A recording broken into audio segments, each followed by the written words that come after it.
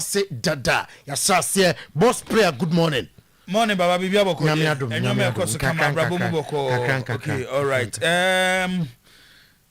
yenhwe se enene na wotwede twato ai na si yewie na yebehye biema nyame ye adoma adwada ene yebese hia enti se de baba isa di kan ede etu edwa no baabi a wo hwe ye utie fre na no pa bia no yede wase se wo do afidie na to Oyerepa 100.7 na wo kan ho eme de dwumadi a ya tuni din weekend edition of today's sports ede abrawo games ewo ho ene adua yi ochina ebi wo ho adwada ye bebo bi ni nyina na ho nsem wo ha ayede ebetudwa na emom hyene nso se CAF Champions League ene CAF Confederation Cup ya dia games ebaso over the weekend da bia me kase kakane no ye kase CAF Champions League ene CAF Confederation Cup a akene kotokone has omo ene ekogina hodi ama Ghana nanso ene ofa empo Ghana league table a kotokone has unhu baabi omonenam okre unhu baabi a omonenam moye muhu bi na mon starting sorry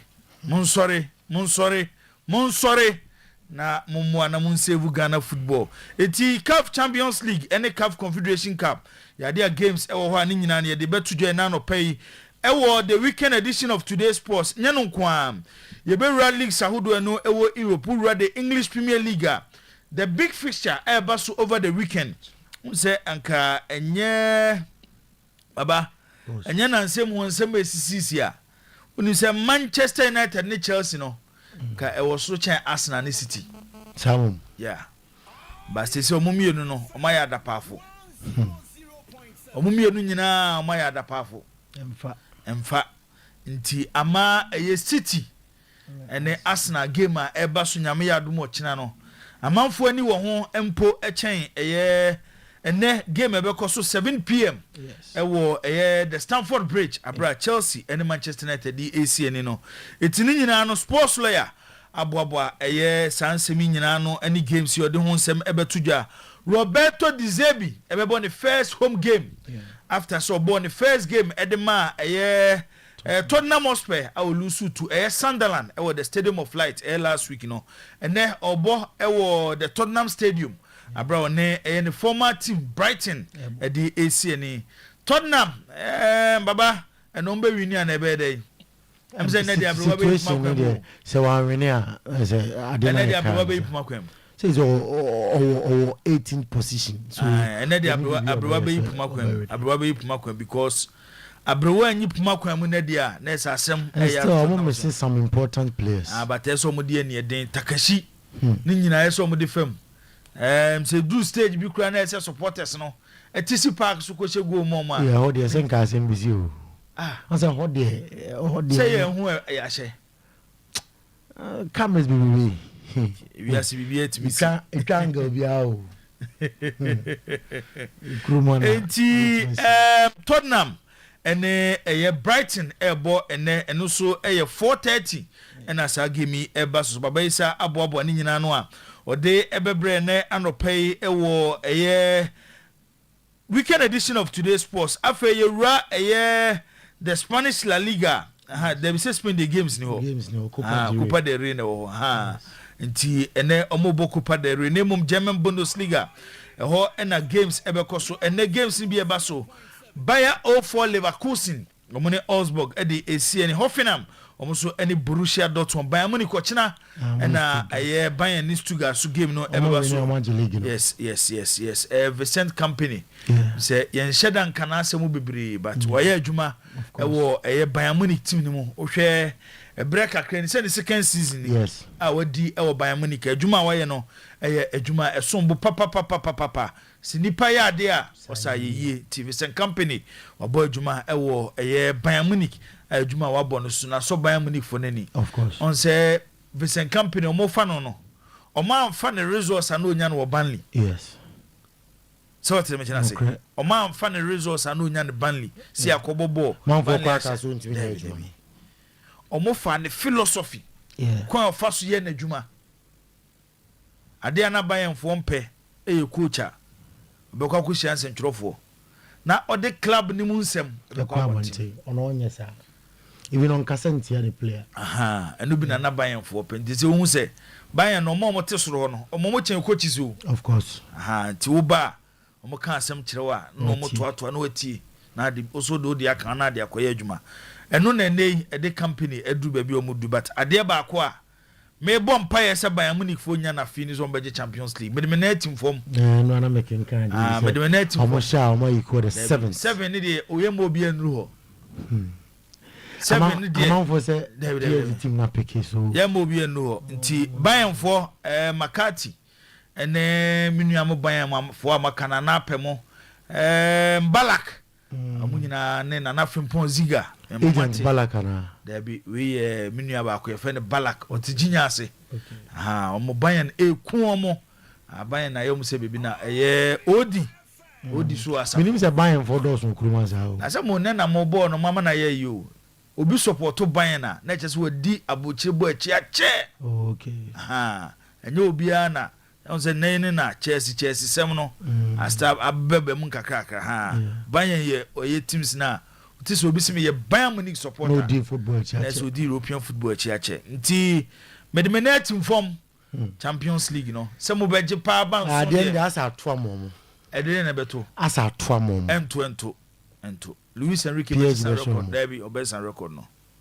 obesa sano Enrique se sanema why PSG defense I think omoni buying game a big game pa me say Enrique besa sano Luis Enrique besa sano sa enti Bayern Munich no way some be do 7 eno enkoma mahye ede ato eno no Italian Serie A enra games ekoso Sassuolo ehye Como Abra Fabregas o Chelsea for Champions League sport de mum Sassuolo etia Como so amene o magina coach ani din ede Fabio Grosso ono ene coach Sassuolo enra odoma wini against Como. Inter Milan Christian Kivu say ono so ebeka few foreign coaches omo agi Italian Serie A. The last foreign coach to win the Italian Serie A is Jose Mourinho.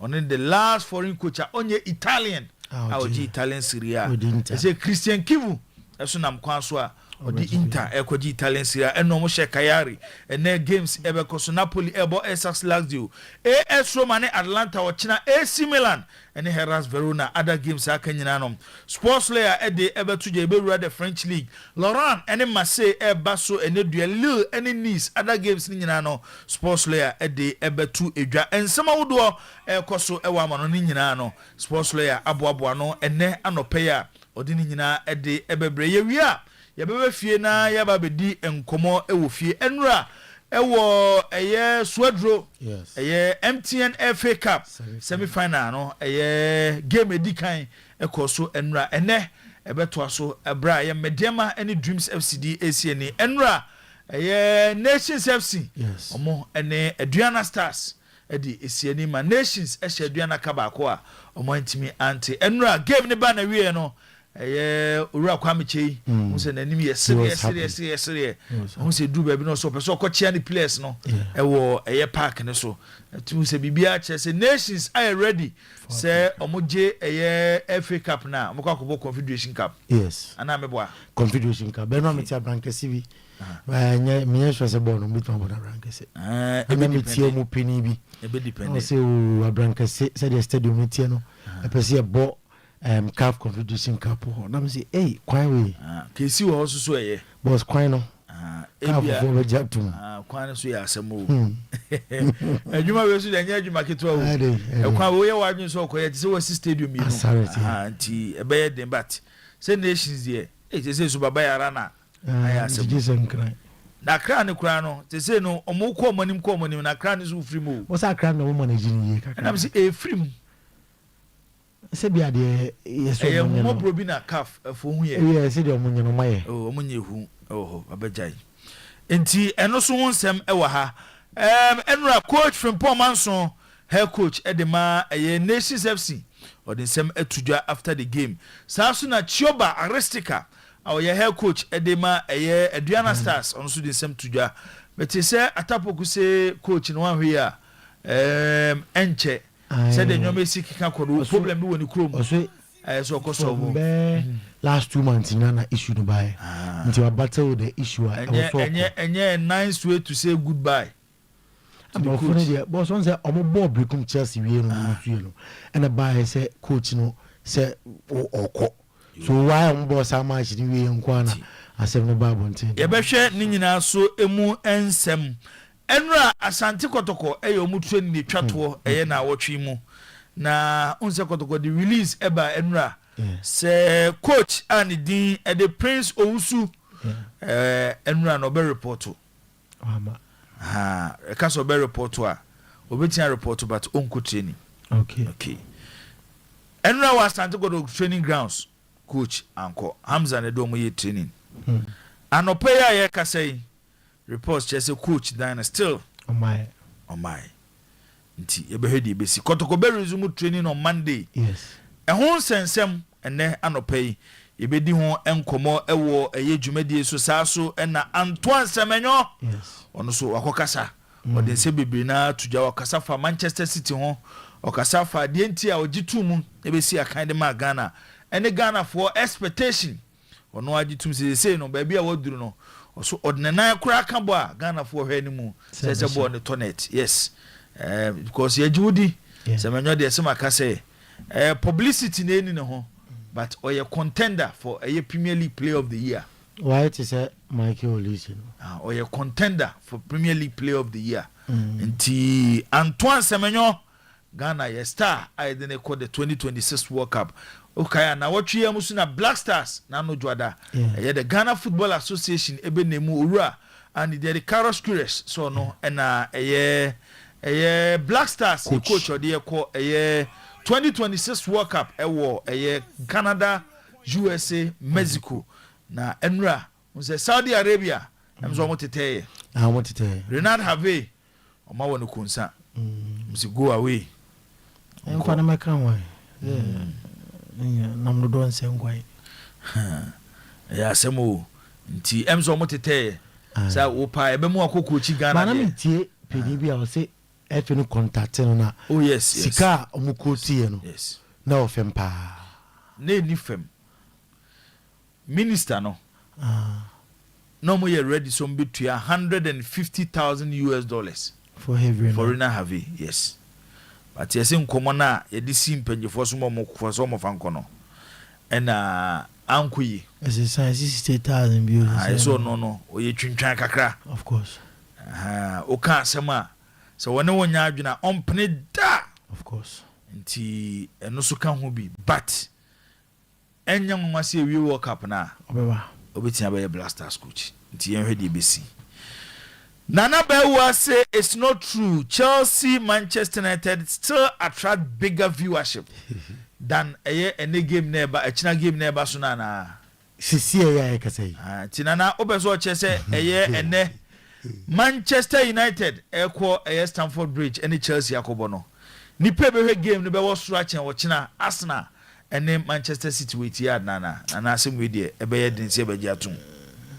O China game ni probably a bit decided over the league no sir yes China a bit more decided over the league na Arsenal team no so no baba China ya one gamer Arsenal be here we are still lacking nyina say to survive e wait yard I indoor meeting offer theory how many old players and many players na be kasa so we need game we are league ni je no probability ni be 90% so aje so no makasa so betimia you see fatigue in the Arsenal players who omo who said asoma bre okay asoma bre Victorious Collins or say at a point the Champions League rewards teams for their efforts.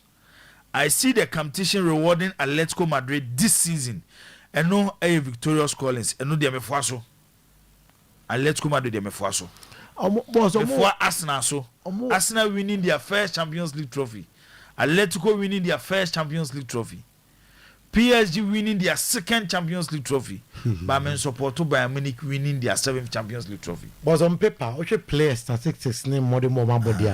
Article players who say if I'm coaching you, you make a career. Obetimi a cause surprise kakra. Okay. No more the squad to win it. Ye be fie susu a Dr. K. Doctor there say oda o de kotoko, osori o de kotoko, odidi akotoko. The BBI kotoko. To bo kotoko so a na doctor has started the messages eba or say me kan near the ato ye ba ebedi hu komo. With all this confusion around club kotoko, why can't the board just take over? It seems the IMC is toothless now. I feel the board should use this opportunity to calm the nerves of their supporters. From all what is happening now, if the board isn't quick in everything they are doing behind the scenes, the club will still not achieve anything next season.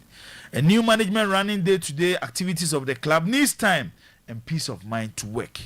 Dr. K and Ediwe Abba. Dr. Nyabotre na said kotokone kumuno Nyabotre kakra. Why? Because I think by now Tonka CEO Abba obet me astracha nyama kakra behind the scenes. But say I am seeing here Juma. Oh. Omo here Juma till the end of this. Boss I see it here. Na me say Juma ka che say monye Juma bosum we a intimi no nya Juma bi. Obetna I think vim no ene sa but omo here Juma. Enthusiasm ad be Juma no. Na bibia so eso mo de here Juma bia no. Board need provided. But some provide you, but the zeal to do it. There's a supporters say Kotoko season no. Ewie na board ni nyama yo. Oh boss, but we are now more than there. Even before losing to Samates, na league in still more count me money. Yes, o checking this but we hear from management IMC. Omo position on certain decisions. Actually say at a point omoji tum say league gi ene de Kotoko nka ho. Ebia omunya appointment be wrong, omunya decision be wrong. But league gi de Kotoko ball league bi ayo open bi abo so man ka say league you know yampese beje. Oh yes, a do time be out to abamutimi bu. It was just even some matters special Kotoko no still league omutimi. Oh, I know the o ma be wom, but on say o share the bigger picture. Utimi gi tum say yes, e betimi akon. But the team say no more competing na e be den say beje. Boss Kotoko competing with Midiama. And Bibiani Gold Stars. Bibia will be channel. Bibia will be channel. And ye has who a Midiama Gold Stars. Yes, sure, say Kotoko any name ya. And yes, sure, say Obia prevented Asante Kotoko from winning the league. A back cardia Digi Liga. Yes, sure, Obia prevented. And I'm a boy. No more Bibia to young China season in run away. Says I got 5 games. Tea. Oye chiteni afane say season we no de be ye ni na bompa ye say next season abekuyi enga ye say uwie ni ye kakra say the baby no cry bitama supporters no anya believe so next season there ebekuyi na supporters na ko mo so mabemu bu ya che o say boss ye supporters ina ye kroma ko to ne house bo wie ya fi do muja stadium kuyi boss ye kroma de say obobo na results ama ntisa brucha ubemu se team bi nkoyi but obo game supporters na stadium mama say echitafo ene obia odi Kotoko echi say oman sha se ankeka no kore ankyero mo ho a de bia no infimi ensabeso see ya ne be boss me dem feel say club no here structure ye structure be for Pep Guardiola background club structure be na woka say football structure the man football club team is successful baba so man fasa ne man to kwan mu na oba na ma fans na unim the structure ni wo ebia na me ma fans because at some point in time na ekoye yentimi nka say ankoye kura edu ba bi na ekoye one time na de bia ma ka say and happen if you into periods of Ghana football the youth team any omabo let's say is it 10 matches omabene 9 a draw back okay league no boy I'm on the top league no boy no omo lose game bia there and football no ekono we should PhD say do bi o we should even Madrid and now Thiago Peter Pina biaba abrante ya omsi Ballon d'Or kra say yam for money obo Barcelona Lamine Yamal omu nyina ye nkoda nti so you team no ekoyie dia definitely ode oba ye bedi hu nkomo bebre wa ha na no pe ye bedi ede afa eye Ghana football ho Asante Kotoko ho nsem wa ebeka FA Cup course ebeka ho nsem Black Stars nsensem ni nyina na ebedi hu nkomo na no pe ewo eye dwumadi esunti baba boss edru ha ye betu ensa afro na so aba after foreign news no na osode awo no aba beka ho Kobe Q say good morning Jibo. So my Kotoko when will there be peace? Hey Kotoko go kill me. No Kobe Q enche asumdwe beba. Makati phobia. Also share live from Brekum from Bokrum, yes, from Bokrum. Akati yeda say. Kofi Ajimai black man share from Pig Farm. Ewo enkai. Kofi yeda say. Virgin Chairman san here from Akrokere yeda say. Anane ehwe from anane kunsu kwadwokrum ono so ehwe anane yeda ase se wo so ehwe show no baby a wo bi a wutie na no pay ana wo hwe on TV Oyerepa TV no usu betimi a join show no e wa browdo message eba number no ye 0241 915555 0241 915555 esa so na adefa eye Facebook a search for Oyerepa radio ye bekin kan e de ama YouTube eso Oyerepa radio ho nyina no odo messages fa ibenya bre ene adaje ene akenkan mu e de ama wo ye kwa amanone na the sports lawyer baba isa e de nsem e wa amanone aguho e de ama ye 40 minutes non stop and a sports lawyer e de ramanone nkofo nkroso de wo bia no on market wa kra to form obefa ni nyina na ode abre ne anopai it is sports lawyer boabo ho na fa ye ko amanone mame hwese menya we edi wanima sports lawyer walk up song no so about sports lawyer walk up nyum na ba no no so one drop nyum no sports lawyer for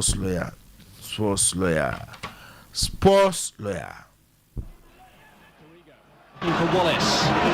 Now Yeboah with a chance. Oh, stunning goal! Tony Yeboah produces a fierce finish to score his third goal of the season in only his second match of the season for Leeds United. Dixon over Mars. Cano! And Chelsea have conceded at Stamford Bridge for the first time. Mars. Henry making tracks into the centre. Shuka is there. Mars can't get his cross in. Maybe Dixon can.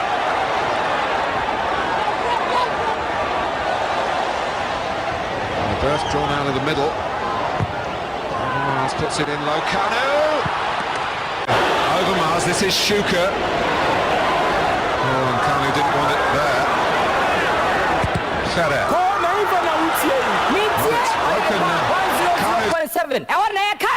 Enti anopay aha eye Oyerepa 100.7 FM live on Oyerepa TV mrasanso ye konko funkro so nsemo ye nsaka e dise factor out here and anopay ye dinina esmo ewo weekend edition of today's sports no so show me live ewo Facebook pages no so Oyerepa radio and answer Oyerepa TV Ghana, Oyerepa Radio, and answer Oyerepa TV Ghana. Now, yes, I say, MF Cup Champions League, and a cup a Confederation Cup num, and match bako etimi eto our Confederation Cup with the whole sem about two and him, and then I pay Mesha Sam, our Cup Champions League, and then your Mamelodi Sundowns on the Esperance Sportive de Tunis and an album our Virtus Westfield Stadium our Pretoria South Africa a second leg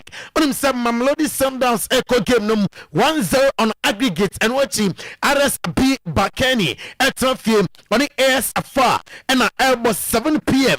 and war start Municipal de Bakani Morocco and a side game num ebetime atoda our cup Confederation Cup num and Zamalek at the film Abusiam Cairo International Stadium ewo Egypt omni CR Belouizdad ebo Nene Lobia amfabo anto ne yenko atram nanko pobo watram ewo Confederation Cup num Olympic Safi ene USM Oje ena edi eba ena no pay ye don some at 7 p.m. ena sa game num ebetimi atodwa yenko Spain and then La Liga game bia ni ho otram La Liga game bia entodwa ningina mo aye Spanish Copa del Rey 2025-2026 final na Atletico de Madrid 7 p.m. and then woman traffic woman Sociedad and the ebony inti anom a Spanish Copa del Rey final emra Atletico de Madrid and Sociedad at the eboso French League 1 yawo match day 30 enra Lons at the film and Turu a boy get banner we na Lons Asham Yunum, Turu Fonum, Ete, Academo Yunum, and then Lauren and the Olympic Dramasse at about 3 p.m. Minfan to just Angus and Le Hab AC at the bomb. I was start Raymond Cooper, not for Lee and it knees at the Abwani 7:05 p.m. Our Decalon Arena and I gave them ultimate at top them and them games me and some and I El Tuja or Tana AS Monaco and the AJ Oxe at about 1 p.m. I was start Louis Day. And I gave them ultimate atojam mines about Paris FC, that is Met and Paris FC, and I elbow nomi and some about Ponsima and Dunum Tina, and I saw game them ebetime atoja Nantes about Brest 3:15 p.m. Now for Strasbourg and Rennes at the Abosom at 3:15 p.m. Paris Saint-Germain and the Olympic Lyon 6:45 p.m. and I saw game them ultimate atoja Otinam and I saw game swingina ebetime atofem na say na table them at 27 matches and a Paris Saint-Germain at me above 63 points and a Ekutanwam and what longs for them and one match at day 29 62 points plus of 28 goals and Lille at also me and Sam one more hour 53 points Marseille at also a 9 52 points Lyon at also a 51 points and a Rennes Tosun Siam one more 60 points Monaco at also and Som 49 points Strasbourg at also and what 43 points Ocha Womwa Womunaria Wombere our like Anoma Edusia a Auxerre 24 points Nantes at also a Dunsom 19 points and a Met at also a do and what 1 hour 15 points and pay ya don't semina at 2 and Panatili Esia Kaima Strasbourg Golden Kingdom nice as a 16 goals missing Greenwood our Olympic Dramasse 15 goals and at some Etimi Aka ya didn't at 2 and pay our Bundesliga and a match a day 30 Etimi Ashasia St. Pauli at film Oshabakom Emma FC Cologne and so Etimi Ashabakom and then FC Union Berlin and a Wolfsburg bomb at 1:30 p.m. and a game them Etimi Atujam by for Leverkusen and a Osburg at 1:30 p.m. Our pay arena TSG Hoffenheim bomb Borussia Dortmund 1:30 p.m. Our Prinzoro Arena na Werder Bremen and a Hamburg SV at 1:30 p.m. Our Versailles Stadion now the entrance Frankfurt and RB Leipzig at the Abweni game to jam and run 9 about Permu and them and a game them ebetime atojam SC Freiburg Abom Heltenheim 1846 Europa Park Stadion now for Bayern Munich Ochinam woman is Stuttgart Abo our Allianz Arena Borussia Mönchengladbach Abom Mainz 5:30 Chinam our Borussia Park way a match day 30 so the first next year and ya day I'm want to play na table room a Bayern Munich and a early team after 29 matches waiting abonum a 76 points and one Borussia Dortmund tosum yedom 64 points Stuttgart atoso miansam 56 points Leipzig atoso a 9 56 points Bayer 04 Leverkusen atoso enum 52 points Hoffenheim atoso ensia 51 points Eintracht Frankfurt toso som 42 points and a Freiburg atoso enwoche one more 40 points na oche one more arena St. Pauli abone 30 matches and 26 points minus of 25 goals and other tosom edunsiam Visbeck tosom edunsom 21 points and a Helton him etoso edunwatre 19 points say and a top scorers a team guess who a Hurricane of Bayern Munich 31 goals and in some ultimate account Dennis Ondorf Stuttgart 18 goals Luis Diaz Esiakai Emma Bayern Munich 15 goals and was Sehu Girassi our Dortmund 13 goals and Michael Olise our Bayern Munich also ultimate as 12 goals and pay yellow son summoning now at 2 and our Juma Denosom our Serie A no say and matches Ebetoja and then a see at number 2 and match de 33 etime ashasiam Sassuolo tifiem womo etime esemienum amakomo eti ekano bako mbala nzola enya go ena Christian Valpato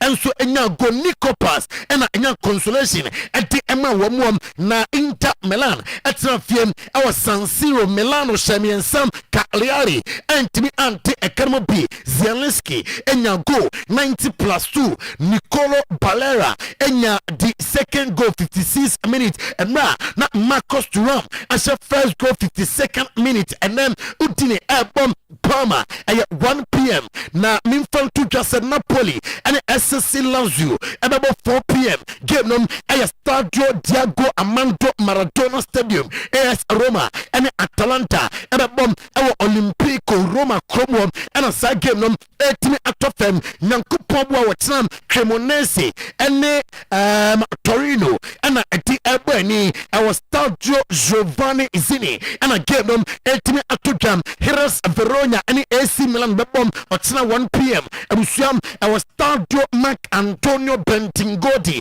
after Pisa and about Genoa gave them a Stadio Romeo and I gave no 18 at of them Juventus and Bologna bomb our Alliance Stadium Torino Ili Como now for Monday night football Lecce at film now on Fiorentina at the Abani say and a table room a CATM after match day 32 and Inter Milan about a match day 33 on still leading a 78 points plus of 49 goals before now our 75 points are in here and the increasing Italian to 78 Napoli etosum our 66 points AC Milan etoso miensam 63 points Juventus toso and 60 points Como etoso enum one our 58 points AS Roma etoso ensia 57 points Atalanta etoso and so 53 points and a kutu mama wama ere ewa Serie A no Lecce atoso edun 27 points afe Heras Verona toso edun 18 points and a Pisa and a Asua at 19 teams na ewa the with 18 points Lautaro Martinez Osiakai Emma Inter Milan 16 goals and a Wetime Ashem afe Nico Pass as 12 goals before Enra na as 11 goals or the back to na Enra and I increase it to 12 goals. Canan Yadis as a 10 goals. Or yeah, Jumam Emma Juventus Marcus Thuram as a 11 goals. Ningamonum Yadahon Sam L2 and him and na play say and na Oko English Premier League Numa match a day 33 a CATM young fan 2 and him Sam Brentford and then about Fulham a 11:30 a.m. Our G-Tech Community Stadium and a game ultimate at Leeds United and Overhampton Wanderers about 2 p.m. Our Eland Road no so now for Newcastle United and AFC Bournemouth Abom 2 p.m. Our St James's Park Tottenham Spurs so about Brighton game now at 4:30 p.m. Our Tottenham Spurs Stadium Chelsea and Manchester United our Stamford Bridge no so 7 p.m. now for Tottenham Aston Villa and Sunderland Abom Abusiam our Villa Park and a game no ultimate Atoja Everton and Liverpool game no Toja Atuja, our Hill Distance Stadium, Nottingham Forest, and Burnley, Ababom, our the City Ground, Manchester City,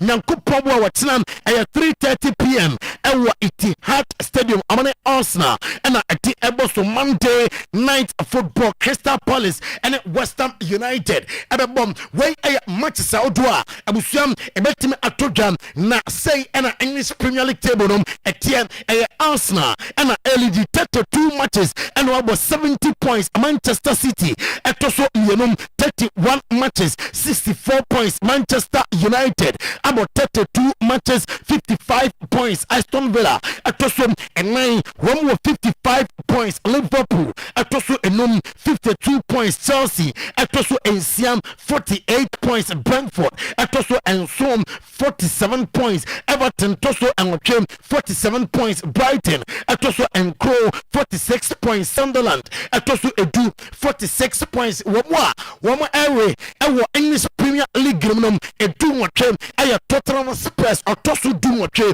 with 30 points, Burnley, Etoso Edu Crow with 20 points, and Overhampton Wanderers, Etoso Edunum with 17 points in the Wolves and Burnley there. One more Kwanisa, I was at Tottenham Spurs fighting, so about surviving. Ellen Haaland, our City, was at 22 goals. Igor Thiago, our Brentford 21 goals and 27.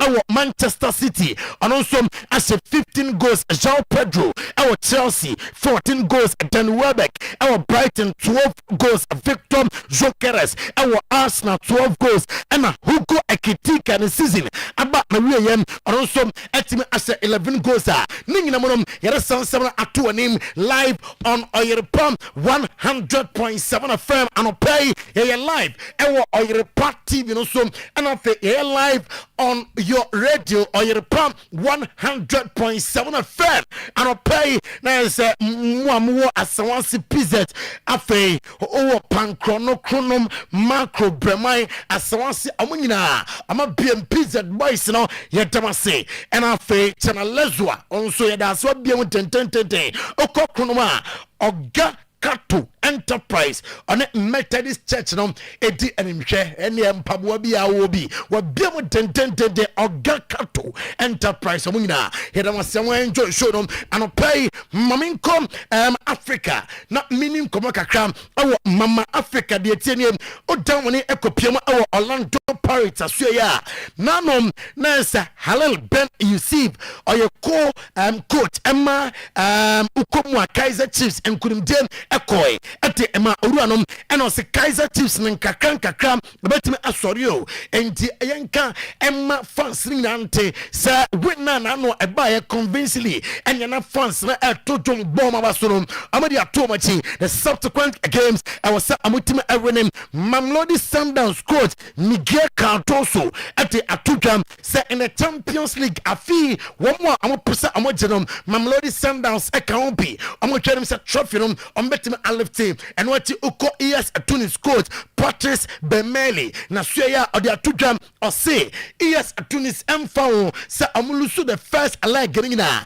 I was South Africa and then I would have CAF Champions League no amotwem say kudum betime akọ edi ama wamwam yebetie coaches no no a big game ningina mo ne say Mamelodi Sundowns ekwa away ekwa say otafie nem na watimi abo edi etia ES Tunis na Miguel Cardoso or head coach Emma Mamelodi Sundowns out of the game and some way and odi atuga. It's a hard question from you when I have on my side a player that has a skills as Keegan Yohannes, for example, has. And when we trust, it's so many rotations throughout the season and giving game time to everybody are always stronger when they have all the players available, all teams.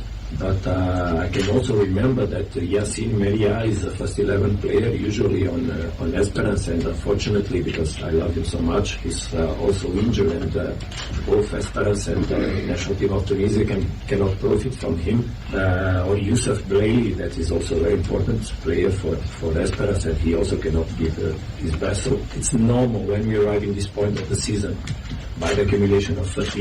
Ano aya Miguel Cardoso manager Emma Mamelodi Sundowns Rensemano pay of the Atuja ES Tunis head coach aya Patrice Bemeli say the team nom are you ready for the big clash. Good afternoon, everybody. It was a long trip to come here, but we are glad and happy to be here. It's always a pleasure to be here in South Africa, and this is the second part of the game, the second leg here in Pretoria. So now the spirit is good. We train all week long with a good atmosphere because I think despite the lose, we made a very good game for the first leg, and tomorrow we have to score if we want to stay alive. So it will be a very exciting game. Donc je disais, c'est un long voyage. Nous sommes très heureux d'être ici. I say and that game no, I bet fair. Now I was I'm the can't say go. To be in the game, ninga mo ni sem omo da fam ekabako Mamelodi Sundowns be show ekabako a omo da fam enti e was South Africa to stay in the game. I was say omutimi ehye na yamla England na fe yenim komo na no pay e wo England Unai Emery manager Emma Aston Villa almost semi-finals of the UEFA Europa League weekend din so ojakonom e wo English Premier League mo watenam on Sunderland and Elbow Unai Emery at the atudam set ni focus ewo English Premier League so competition bia Aston Villa ewo monom enye se bia ya do semi-finals of UEFA Europa League into no I was see fighting for every competition bia ye wom Pep Guardiola obo at the etia nyankopon bo watena Arsenal game nom a gamer betima decide the English Premier League Pep Guardiola at the atudam 6 games is a lot. Or say Osha 6 good games are ultimate kasa I the about winning Ochnam decide the English Premier League and then you say or say Arsenal or other matches to play and for our standing match or bet me about English Premier League on a good day obia bet me a surprise and then some Pep Guardiola at the Etujam and I see the star of Mikel Arteta and the Arsenal no say Otieche na Ocha Arsenal he really enjoy Arsenal play. Or yeah, manager bia on it Mikel Arteta Jumada and say Mikel Arteta Juma Super and Arsenal Bobo Kurum and what the Ellen Haaland or say pressure bia anything so I'm calm bia not points na and they abedu bia adui and the game against Arsenal I'm about as normal game to say I'm prepare about any other game in South preparation and I'm going to Mikel Arteta ahead of Manchester City. We're confirming Bukayo Saka, Ukrainian or out on Timisiakai, and I say Mikel Merino, and so I out on Timisiakai, or other equally good players or with the absence of these two players on Betima Ashoman and FA, on Betima a compete against Manchester City no Ukraine on that Arsenal fans a gamer a difficult game. Nemom amani so deunum and some kundem abeko ama wom Mikel Arteta manager Emma Arsenal no the some way to da and anope Mikel Arteta on Pep Guardiola comment say Manchester City elusua it's over for City or say mind games and run a play masa game way no crane say wa betim kudem ehun ehia na interest we tim kudema what the English Premier League this is English Premier League run in and the run in one run here bibia ebetimi asi or say Max Dorman are you ready he will get some minutes in yankopon wa wachnam and na game ekoso wa confirm say Christian Mosquera are you okay and Ocha Christian Mosquera the quality Odifi Valencia ebepiem English Premier League number 1 adaptation akoye at the Christian Mosquera 2 or the quality to play for Arsenal Mikel Arteta and Samoa and pay or the giant now or say Ukraine way about one of the biggest games in his career as a manager Mikel Arteta said Obo against City no Obo Eddie Etia ne former manager on na Jumada ne papa no enti a gamer a lot and a wom game no here on Mikel Arteta papa Mikel Arteta on Manchester City Nyankopon boa ochram na Ellen Haaland say on Gabriel ekwakosia Gabriel mega yes na masa akwanom abamana kona ho and it's always good to face him or say or a good defender here now I enjoy playing against Gabriel mega yes and Ellen Haaland at the Etuja Pep Guardiola, if we lose, it's over. Ahead of Arsenal and the press conference, and all in the same way, Etuja. Pep, is this a final? Yeah, obviously. If we lose, yeah, it's over. But the other two results, knowing that Arsenal didn't win Bournemouth, we still have games to play. 6 games is a lot in our calendar, especially. It's terrible, we say, in the... Everton away, Bournemouth away, Aston Villa the last game at home. Apart of course, Barley's and Crystal Palace and Brentford at home. So Crystal Palace, look what's going on. Aston Villa and Crystal Palace in Europe. So still many things to do. And Pep Guardiola boss Emma Manchester City ninsema and pay odi atudwane tipi ama wo Mikel Arteta say he's hopeful say noni Madueke available emra woman Manchester City bochna.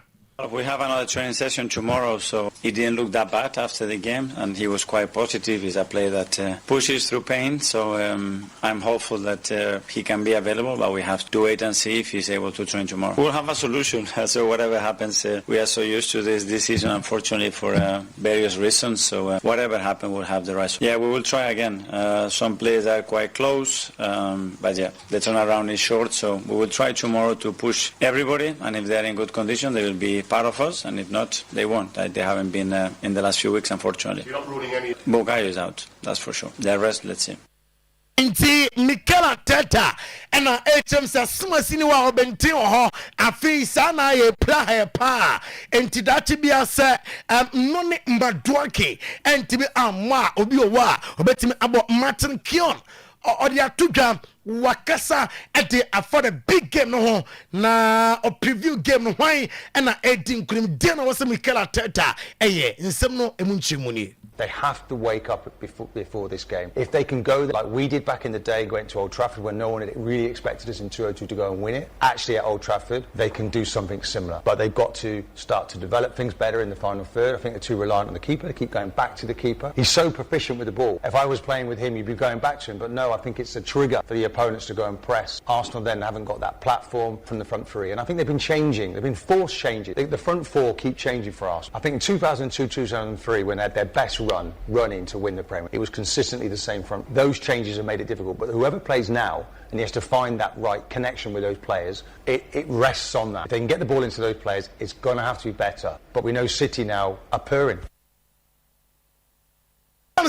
Time no na say Arsenal winning games and not consistency juma anymore the back three the back four and answer the front three no say consistency and no as anymore you change job maintain near change asmasi nina ayema emwa Ellen Haaland or say Arsenal the semi-finals of the Champions League at Czech Club woman out of the game Ellen Haaland on Arsenal they're in a Champions League semi-final Would you agree it's a rivalry that's got a bit of an edge? Particularly think about the games last season, the 2-2, you're obviously right at the heart of that, and then the game at their place last season.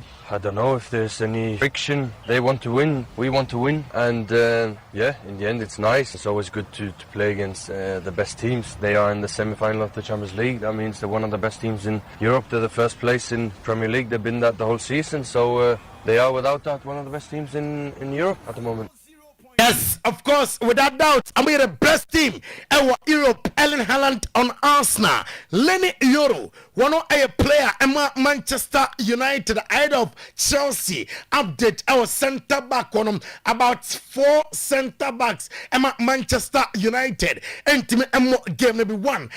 Lenny Yoro. Afe Matas Delete, Alessandro Martinez, Debucha, and Afe Harry Maguire. 4 centre backs yi etimi emom emfantia Chelsea Aiden Heaven nanom and wet macaroni say the Poku basi anya time ewo Barcelona na what deliver no ewo sem Aiden Heaven and some anya chance ewo Manchester United na obo more games and Michael Carrick any update aba or say when he's still young and progress through the early stages of his career and he will get there. Michael Carrick on Mason Mount that time our team num and I say Obian himself Mason Mount a great player. Mason Mount or the quality or the bomb Manchester United a pro and a affected boy no into Ben Wajman if he stay fit in Quadia why not he'll be part of Manchester United. Some Allardyce at the Atuja said among Conquer fan it got Thiago the Brazilian striker it got Thiago Mram now I'm a anymore Emma Manchester United Nankupomwa at next season of it got Thiago Eba Manchester United a lot and Manchester United ahead of Chelsea and some way and Michael Carrick at the Atuja and Castle so say I was Stamford Bridge and 7 p.m. and Ray and I saw game no out of him. To be honest, there's not much we can react to. Massively disappointed, of course. I think had a few reasons to be disappointed in a big way over them type of situations over the last couple of weeks or 3 weeks. But we obviously now we've got to move on. You know, we the decisions have been made. Something that we're really disappointed with in many ways. But that's it now. We've got to move on, and we will do. With Lissandro, there was talk of an appeal over that decision. Did that go in, and have you heard anything back? Yeah, I think we're obviously disappointed. We didn't agree with it. I think I was pretty obvious how I felt after the game, and I still feel that way. So, yeah, listen, I don't want to go into it now. I think it is what it is. You know, we've. And we are Michael Carrick out of Chelsea in some way and they are doing some trip for him live on Oyerepa 100.7 FM live on Oyerepa TV. You enjoy weekend edition of today's sports and confirm close to some tefa a room and on play yet to come on Ben of team nom Demete HM said they are set to appoint Marco Rossi as a manager after say Andoni Ariola at the Eto club and him say on trust game Nyankopon 2025 2026 and defeat Benham of Asuyam Etoja and Nana Pay former Liverpool midfielder Deta Herman and the Atuja Sanano and Marana Liverpool Ebo Eddie Etia Price and German manager Emma Liverpool and a slot and yana selection wrong and I'm gonna say unfair player what put up for some time and what tona now the not starting game of officer or your player now say and starting if you bench and you do baby 10 to 90 minutes 95 and I said the 80th minute be now odnaba obesi akane be officer manager and the selection ye na diate etps Jacobo Ramon or your mother player amatenom ama komo bobo korom kodano bona oborom nyasem ketwa diate etps Liverpool attract boynom says a buy black and that bia se kobane se Madrid and buy back dia one bepem se Jacobo Ramon bebam no be sia kan ede amatim no an slot Mosani 2 number 9 for a reason I say number 9 for me no almost sign no almost sign sa place no for a reason ahead of Everton and some way and an slot at the Atuja. No, he hasn't been operated yet. Devastating for him coming to a new club, having so much impact straight away. Playing against your former club in the quarterfinals of the Champions League, with so much more to come for him in the summer. Yeah, your first thoughts are then always with him being out for such a long time, missing out on so many special moments. But he's not the first and will not be the last player that experienced something like this in the start of his career. And there are so many examples of players that came back so even stronger. And that's the challenge he has now. And I'm 100% sure he will be one of those that in 10, 15 years time say maybe this injury even helped me to become stronger and become even more ready to perform even at a higher level than I did before. Someone said to me the day after, you cannot write the script that on the day that Alex is back after 4 months of injury, his first start, on the same day the other one leaves the pitch with a long-term injury. But it's a good thing that Alex is back now even more, of course. Although it wouldn't be the first game that I have to play without a particular type in a particular position. So I've had many games this season that I had to play that I didn't have a right fullback available, for example. So we would have adjusted to that as well. But it's nice to have Alex back, although we also know that he's not ready to play 90 yet. And a slot manager and Liverpool in some and a game back one on dog football and a person on the share a Tottenham Spurs against Brighton. Roberto Di Zerbi ahead of the game or say best strikers are one more we are Untiminka and Dominic Solanke and Fanfim are one of the best strikers are one we are say Roberto Di Zerbi or say he wants all of his players to be leaders against Brighton. What would not pack and so and Nebia oh boy at Brighton I mean yes obey leader our person so manager and my Tottenham Spurs Roberto Di Zerbi. But I would like all players feel to be a captain, especially in this moment. No, it's not important if you play in the first 11, if you play 30 minutes or 90 minutes, or you can't play. Anyway, we have to feel everyone the responsibility of this situation, and we can't cry. Otherwise, we have to push to be stronger to come out of this situation because we are able to do that. And no, I Roberto Di Zerbi now. Gamer Chelsea come no Liam Rosinia manager. And Chelsea or set no Ukraine. I was at Chelsea co game no ye. Na way I run in Chelsea a present or Champions League next season against Manchester United. And then I was saying couldn't den Wamodia Moises Casido or say we can win more trophies because we won trophies last season. We need 2 trophies in the Chelsea neck club intimate NG trophies very soon. Yabasha adding crew outdoor. Now how a manager Emma Newcastle United over Cornano Carnival say Papa Jose Newcastle 40 January woman epe or say and somebody will team more about affected team no GD say your plus be our Newcastle United after this season about day say Everton ningina over PIF investment and a doubt over future of several players at the club. Ochemu say I think what does that look like is unknown. It's always unknown. The summer transfer windows to try and predict and sit here and say this will happen and that will happen is almost impossible.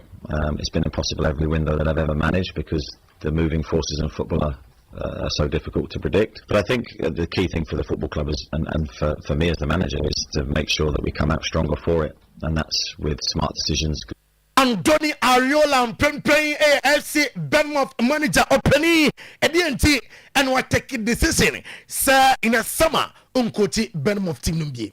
It's been a decision that has taken me a lot of time to take. It has not been a clear decision.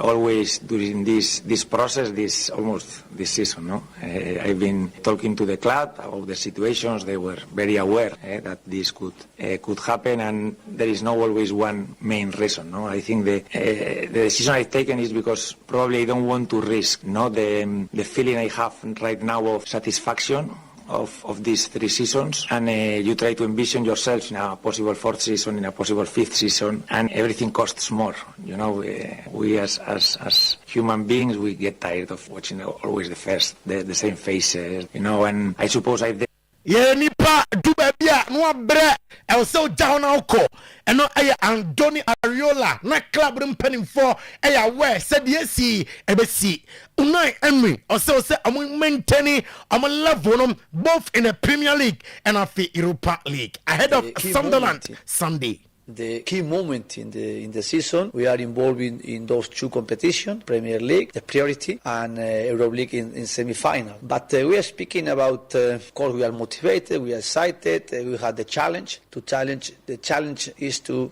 keep those 2 competitions being in the level we are, and each competition give us clear objective. Premier League is the first objective through it to try to play competing in the position we are now, 4 for the top 5 position. position, Champions League position, European position. Another objective is way for a trophy is through Europa League, and as well case. Ghana, your interest our story ambeyemu. On Mr. Frank James Lampard Jr. Akofa a mid-table team Coventry City and I'm qualify into the English Premier League into next season. Coventry City and about the English Premier League, they are back in the Premier League now. On say Thomas Bonan Asante, Ghana striker and Osina can also couple of around 16 goals and our team share now. Yanka and Ra, Kwaya Amofaso, a celebrate here and any Gia a coso. Yeah, you go back to those fans and everything that they've been through, playing at different stadiums, different parts of the country, and again, it's all been a little step at a time. Obviously, Doug King coming in has been absolutely huge, and that good news around buying the stadium, feeling like they've got a home now. And this man talking about feeling at home, what a job he's done in terms of the turnaround from where they were when he came in to this attacking dynamic force that we've seen all over this season. And yeah, they are moments that live with you forever, Jules. You reminded me 14 years ago, but they're special ones. You know, no matter what else happens between now, some of these players will be a part of that 14 years ago, but they're special ones. You know, no matter what else happens between now, some of these players will be a part of that journey, some will not. But what you'll never forget is this night and these feelings that you get to share that don't come along often. And the Coventry City celebrations and okay and now I'm in Spain not minya juma kakra it was Spain and I play Antoine Griezmann and I say against Real Sociedad always I'm your team out there I'm best surprise the Champions League elimination of Barcelona no how many atomachi ye Barca film and the answer hype no from obia abo so ye atu concentration no and said about the 2026 Spanish Copa del Rey. Now, Diego Pablo Simeone, I say our message, Emma Atletico de Madrid fans, no, I say thank you so much. Thank you for all the support since I arrived in 1999. I see club fans no IOP at the Ama ono Diego Pablo Simeone afi I was say the trophies at the Ama fans no now I started with a Spanish Copa del Rey and Diego Pablo Simeone ninsama or the atom Atletico de Madrid fans name na ebahwe emra ama arrive here Atletico de Madrid arrival emra woma pressure the Spanish Copa del Rey against Real Sociedad. Here two are reporting in the why enjoy me one muso out of the Copa del Rey final and I'll say it's always special with Atletico de Madrid. Never on that will be a gamer about dinner. I'm winning the trophy. Julian Alvarez and the two jam say team no I will be beer and I was say I'm with him at the Spanish Copa del Rey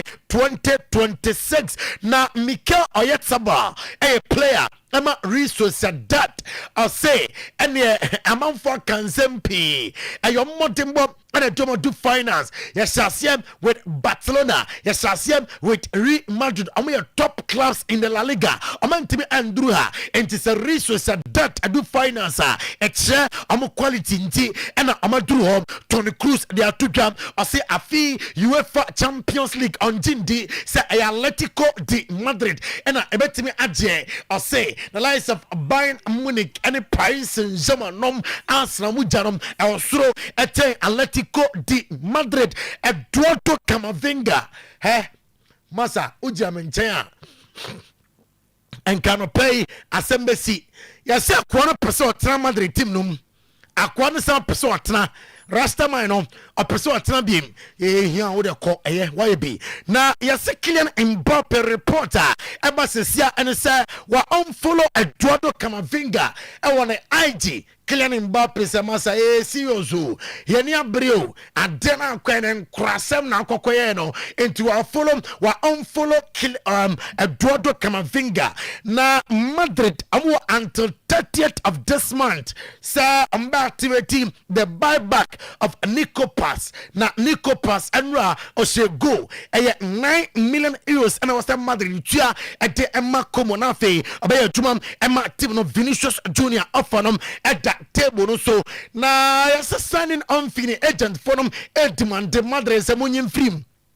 club way yenya bi na fe sikan so ese boy ne etimantenom Madrid nyane entiase after World Cup ena obesan eti ama Madrid team nom Raul Asensio offer bia ba Madrid betono almost say on living up to expectation baby a club on econom two eti aja Raul Asensio Rafael Leao me say waka eti achene agent say dabi me pesa me bon Madrid team no na Madrid no position was se na me kwa be den se menya bia bo mo de mo ne Barca ni nkomo me ko Barca na makobo Barca team no and a reporter I can yensa and I'm pay Barcelona be make first attempt for Julian Alvarez report HSA omunimpa se edne nemom samfa Alexander Solut and afe Vidat Muriki two strikers homo hwam se awdom beba Javier Tebas edia two jam se the 1-1 rule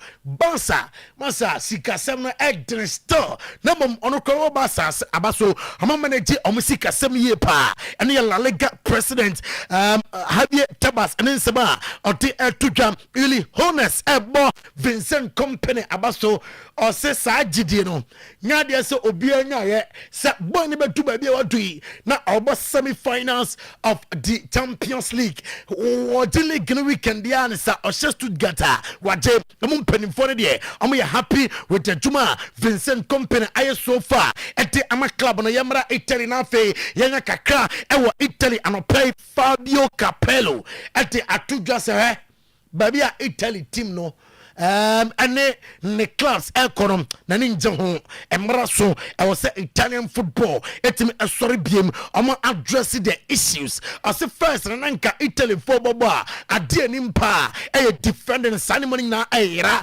ahoho betina kromwo bobo no feel say I was say go back to Myanmar first na Italy form etimi Don Carlo Ancelotti na notum as first no na pace Siri anum sa pace nya hoden and your denim a theme until so much as na almost revisiting and your Don Carlo Ancelotti nsema or the to report to be said Juventus and monitor the situation of Antonio Rudiger says that to be Antonio Rudiger I stand and farmer Madrid ambe forum amana be jumam e de ama team no Jonathan David and cop minus nyina e be fi Juventus nemom de amatem e chem sa amotwanim summer yi amu replacement eraba Robert Lewandowski Juventus and monitor the situation irrespective of that omutin come say do some Vlahovic and some ever stay with the club now fe amnom etimi aye adwuma Inter aye interested in Hector Fort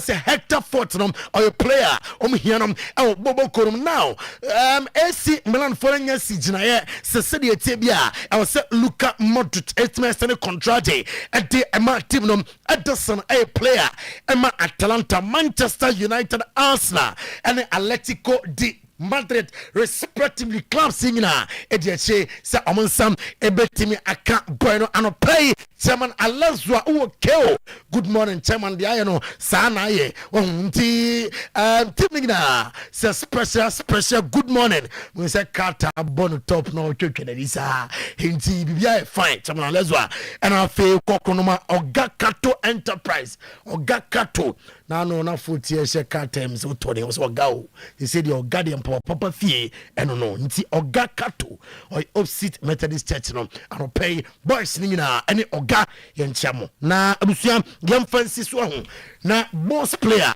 Mr. Eugene Poku striker and the able team no enne memendai there was a tibia wamotebe ma na before that he didn't come on with Kangen energetic drinking water and pay mindishe minomshe energy na e Kangen energetic drinking water ja eda sumu timi sore ne bisi matifmi sa and am fa bi na me boy and am kwasa wa masa utimi se vim yayi energy yayi enti anopay ye no mo edin komo sima edu entem boss player eba na obedum nsuo dia eno ane Kangen energetic drinking water Stibo good morning. Many good morning. Said Bia did Bia also she Bia fine. Auntie Bia fine there.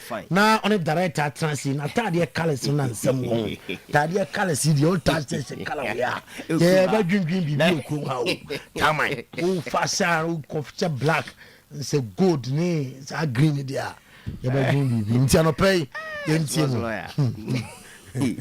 All right. Here say a tier for your mama kwaba na yen share jumeti na say na anope and you be say Kangen Energy Drinking Water na ye Kangen Water Limited and ye ni ehie na enye bibia say yensu a yenom na ye ba na ye nyina ya ba besua ho ade na ye nyina ye ho sene ensu a yenom no de we a esese eye sene etie na anope de ye kan wasempa no eye Kangen Energy Drinking Water and your heart's health.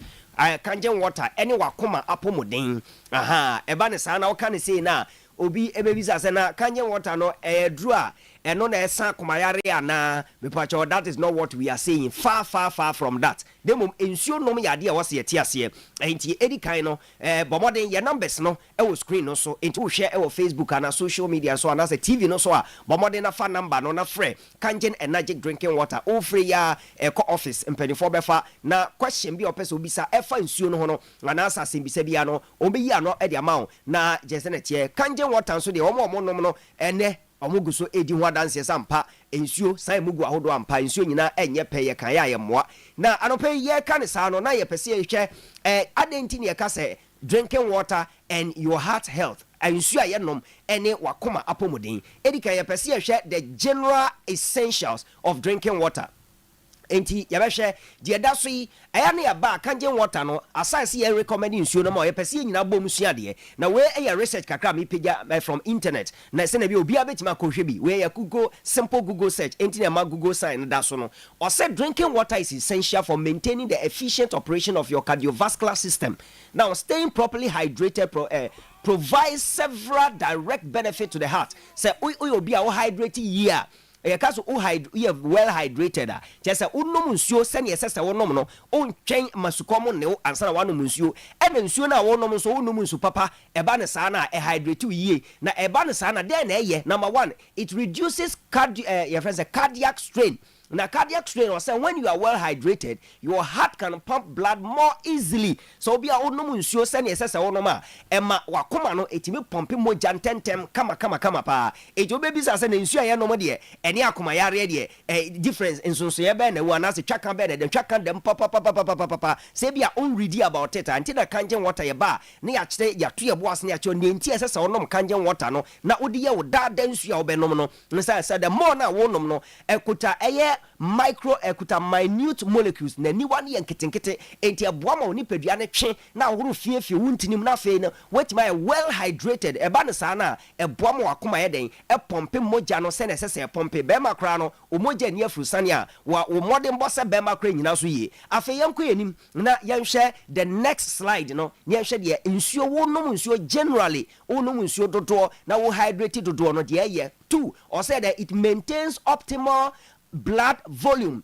and say also water helps to maintain the total volume of blood circulating in the body. A low blood volume due to dehydration forces the heart to beat faster to compensate. HSS unyo bi water no munsuo yi a omoja so timete ena omoja no so esote a ema the pressure ema akoma no e beating 10. That is the issue. Into obi a one time no munsuo no sa problem we na wo ena obi nso a wonsuo a wono nso nyenso no we wo sa problem. Number 2 also it improves blood viscosity. Now blood viscosity because blood viscosity yeah, the word viscosity no ejina homa ade bi emu ha eye ana emu dru a eye. For example ofa ani kranitwi ye den ewo ofa ewo a quality one no natural one no na wo hwe ensu a on se ensuo mo ha but ewo mo odu enti se wo measure ade ni mu duro ni emu ha na e viscosity se umoja enam wuntini mu no emu duro ti se ewo a you can imagine whether say blood no ebe flow ewo wuntini mu ana say flow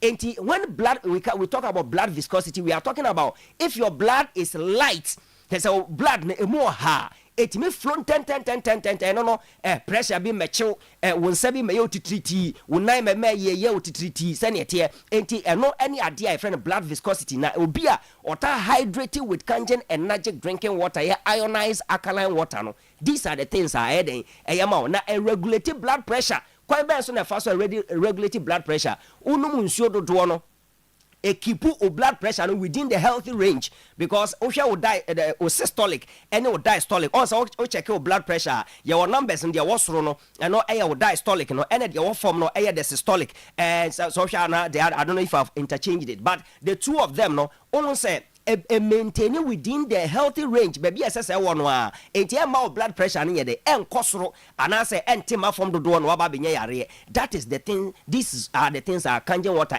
but we no generally say wonu munsuo de ma wakoma eho apomodin eho hia fa Kangen water numbers no imama numbers no sisi anafe yentoa so with the friend any among common 0241 44 91 0241 44 91 and I face 050 73 79 474 050 73 79 474. Good. Enti friend number is here ebeko office essentially active WhatsApp o send a message ebeko na afi eni ebon komo sisi o place order so no pay your cars na echo round ebe deliver e amount free say woton anasa woton na oni wabusua eyusu Kangen Energy drinking water ebe deliver e amount free, especially within Kumasi and 8 environs. Me pacho o person woton o outside Kumasi all the 16 regions e wo Ghana nyina no Kangen e wo distributors e wo ho enti wo so person woton bia o fa number no frɛ ye di nsuo no ebe bro e wo ba bia wo depending on arrangements you know back to the education enti ye hu the general importance of drinking water and hydrating. Enti wo hydrate here eboa mo akoma eye adwuma yie na Kangen water no eno no nsinso ye anything obi onom Kangen water fe yemra that of the Kangen water, that is slide number 3 na yenhwe onom Kangen water no properties be na wom a containing minerals bit saying or say potential cardiovascular benefit no a reduce oxidative stress. Now you can oxidative stress any say onipa ebia owo molecules anase enyama onipadua no ma e ha dwen bit say acid e dɔso bit say efia e dɔso bit say srade adɔso onipadua no adɔso abroso now so onni ɛho akonde no ye from antioxidants enu ntina doctors say yenwi cucumber yenwi lettuce yenwi avocado anase pear any sanya no atosode na emma ye more antioxidants na fight sa yes how we woni paduanom no nti Kangen water adenti na etesa o say Kangen water has a negative oxidative reduction potential ORP indicating high antioxidant properties. Na yaba studio abe demonstrate times without number say odi ORP meter no there's the oxidative reduction potential meter no share Kangen water more and reading negative figures ne kire say and that's the negative numbers ne kire say nsuo no e contain antioxidant properties and nothing na wonom Kangen water na etimi den regularize the acidity e wo nipaduam na fe so ahuru fi efri wo nipaduam na ekipo wo nipadua no na ejina ni na so afei number 2 improve blood viscosity no so ma den and also ma kire me say Kangen water no wonom no ehuru fi efri nipaduam na eboa na fe so no srade so ate wo nipaduam na keep more hydrated no ma moja no be moja no be se nsuo because moja no ye dru ti se syrup bia ewadro bia ye nom a anase mo be edu se ani ewo a moja no ntimi ni afru sane ntimi nkoma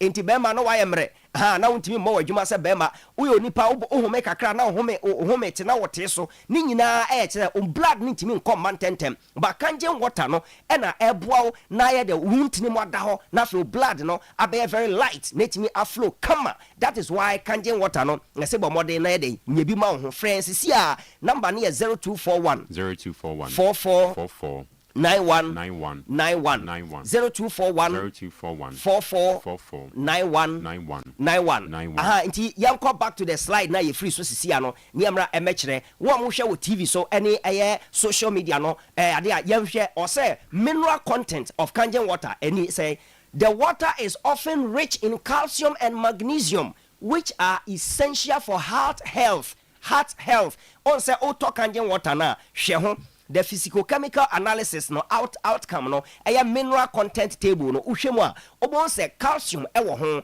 the level of calcium ewom, the level of potassium ewom, magnesium ewom, iron ewom, ni nyina ya state ewo table no mo enye just for decoration we no ye dia lab aye de analyze ene yehu enti sa nnuane nu na ewom no calcium, potassium, magnesium no eboa bo wakoma ne den ehon ban enti adwuma eye no blood pressure management so maka ho asem dada say alkaline water bit say kangen water amount pH of 7.5 to 8.5 no den eboa neutralize acidity ewo nipadua no na ma blood no edi afusane umoja di afusane kama na umoja no ye ha akoma ne ye adwuma sane esese eye na no ehon ade no afi yen call the last slide slide number I think 5 na yemfa eno enwie na yen sorry na boss chairman emfa de aka no ento aso de ye kan say kangen water ye kan say no. What we are not saying is that it is not a treatment.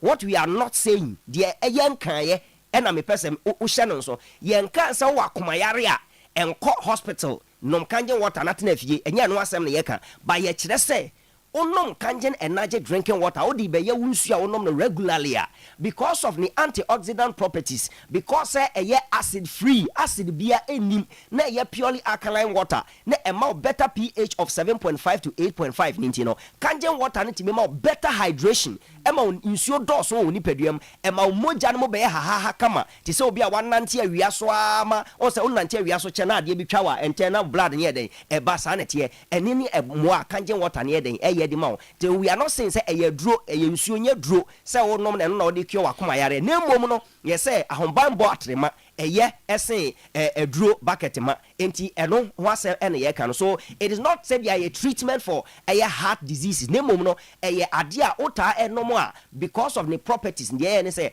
emma won konko duro hompo because the amount of come about 10 we be kakra no wabre na ho metete no me pa cho because of blood no you do moja no you do enti the pressure to akoma no so akoma ne pompe a ebre eno no anya blood pressure na no so akofa asem e dia bronte drink kangen energy drinking water you bet me about studio na wanom ne dodo na fe so no waye na watumi am anya ahoden na watumi abo adwuma enti ya sorry no you might be my numbers no once again now what free what please order no na ye dia bro on 0241 44 91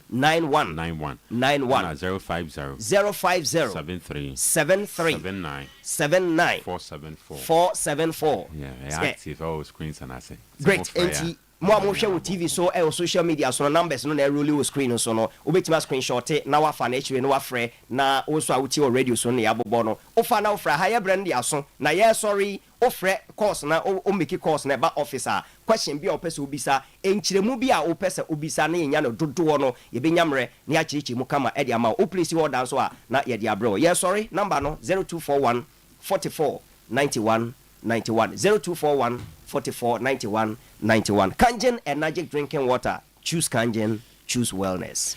So for Steven and opinion ma edamase. Says oba sorry nana. You call wedding be was sorry into me free ha na chese me na sikwa so ano no. Ade ba ko na mani je ho. Saturdays bia no wan she suita obabo African way. So for Steven no. Edamase why is edamase pa all right eti kanjinfo aso ene yekoya ekodi enkomo no dasene yebesa ne kanjinfo ahia na afi yasano mo atwetwen enkomo ewo eyedwumadi ne so yeto aso we weekend edition of today's post and I will share on your TV live on your radio and afi on Facebook YouTube eho nyina no o share edi free enche yebewura nsem no mu yebewura amanone na yakodi nkomo kakra ewa amanone games a ebekoso over the weekend ewa amanone Premier League ni mu no yedi kan dia tuja say Arsenal amuda top of the league top of the league e say omutikika ase enwoma sheki ama Arsenal omunhu enwoma no eye Arsenal at the top was 70 points over Premier League no so. Manchester City at the second was 34 points. Arsenal about 32 games. Manchester City about 31 games. It is City one outstanding game. goals difference which a year Juma with England about more Premier League no. Arsenal ewo goal difference of 38 and a City was 35. Nti ekobase impo se City ne Arsenal nyina real league no on same points a just City eshe goals amu goal difference na wosro e chen Arsenal de ne wosro chen ma Arsenal gi league no nti yebehwe coach ani de Mikel Arteta say afidie for so many years, for over 22 years Arsenal entiminje English Premier League no afi obetime de Arsenal G Premier League no obejia just oshia Pep Guardiola are recently wa dominate Premier League no na ochina wanya hwe kura no eso otiminya draw na ochina de say Arteta is Spain ni but obechen Italian coach say yesu obi nkogu akiri pa defend de we sure say ochina Arteta the team Arsenal sa enomo beye Manchester United eso tosumiensa omo ewo 55 points omo ni 6th place Chelsea na ebo Manchester kwa za nyo Manchester danya isa o anameboa 55 points Aston Villa 55 na afi Liverpool ewo 52 na Chelsea ewo 48 eno de ho Mr. Edmond Aka or say repeat the points difference between Arsenal and City. Asat yeti ha ye ka say Arsenal was 70 points and the City was 64. Difference near 6. But Arsenal about 32 games and the City about 31 games. Ochina Arsenal and the City itiad and na omo ebeshia. Na ya say City ebetimi ache Arsenal and na some better points ne so atwa omo outstanding game near other games ebeka no. Arsenal win each number 73 points. City so win each na umbeko 67 points with one outstanding game. Tichina de besi ewo eye itiad. Al Hassan Said Kofi Zakito ajoin here. Zach Akwaba Jibo bibia boko de enome ekoso kama kwa de enne ye hoho abeka yensa eye golden boy Abdul Razak ono susu ababe kansa ewa ha onso ye Manchester ni Razak Akwaba ewa MPP bibia boko de nyame adom o preposition ope Nasara Nasara coordinator Nasara coordinator pacho organizer say organizer Nasara organizer Ashanti region Nasara organizer. Okay. Hona is wudu we na dru. Okay. Na one one ejina. Ana we de onko na woko. Enye me nko na meko but obema ko ma ono. Enye me nko na meko. Okay. Na no one ko. Say Ashanti region e be den say obetima ko no post in MPP contest. Oh, okay. Ati. E beta we ni say nipa menu ayo meti. I need a minimum. That one the minimum for sure. Okay, that's it. You better watch. This is the Hujim. So na ya boa ma bibia e kama. This is the Hujim na. Enye hu hu afem sika afem bibia e be support o. Why? And the two bibia e kama. I dey menu na boss no hu mu asem ne. Hu afem. Ni sika afem. Very very important. Ni nyina e better watch na bibia akwa kama. Very important. Na na be wante ne ho ase. Na na me say say baby Chelsea ne Manchester United ne nam no ochina match ne ni wo ho e chen ene game Chelsea ene Manchester United be bono anaza ka me boa like Manchester no say like Manchester o pa o Manchester na me try the team attention me say obvious me say ochina game na e be koso between Manchester City ene Arsenal with yard no what the better to the game because between Chelsea and Manchester United now. And new China game no a chain that no. Oh, so it's obvious. First and second game. Just the only maybe I mean maybe I be with free back. But truth is that and China there's been more viewers than like, it depends on it because traditionally United the United involvement makes it viewership no about the say be Arsenal City bit in terms of viewership. So what I say. But by the importance of the game. So what I say today is big but United ni Chelsea we ball the United factor no is huge. And na the BBA United factor. They say United no one no. United no. Above from saying they are still the most in terms of viewership there. Still now they are the best and the biggest. Oh yeah, sure. Viewership there nobody. Okay, you become most viewed games in the Premier League this season. Nobody beat them. Nazi say United woman. Oh there BBA na United. Oh there biji wo there. Oh there. The Premier League na how many matches? Premier League aka 6, then aka we there 7. Aka City 7. Yeah. And aka other teams no. Say City now standing game no. Aka 6. Yeah, on Crystal Palace. And aka City ni Crystal Palace nko na come 7 games. But 18 teams na aka no. Apart from City and Crystal Palace no. 18 teams na aka no. Aka obia 6 games and obia ebebo. Zach, yenremu kakre na yenhwe games a eba so over the weekend. Leagues, the top leagues in Europe, but weekend need there. And nyina Etihad. Yes. And Manchester City. Omo and that second. The league log. Omo the league leaders. Arsenal at the ACNA. What Pep Guardiola and somebody to Tuja.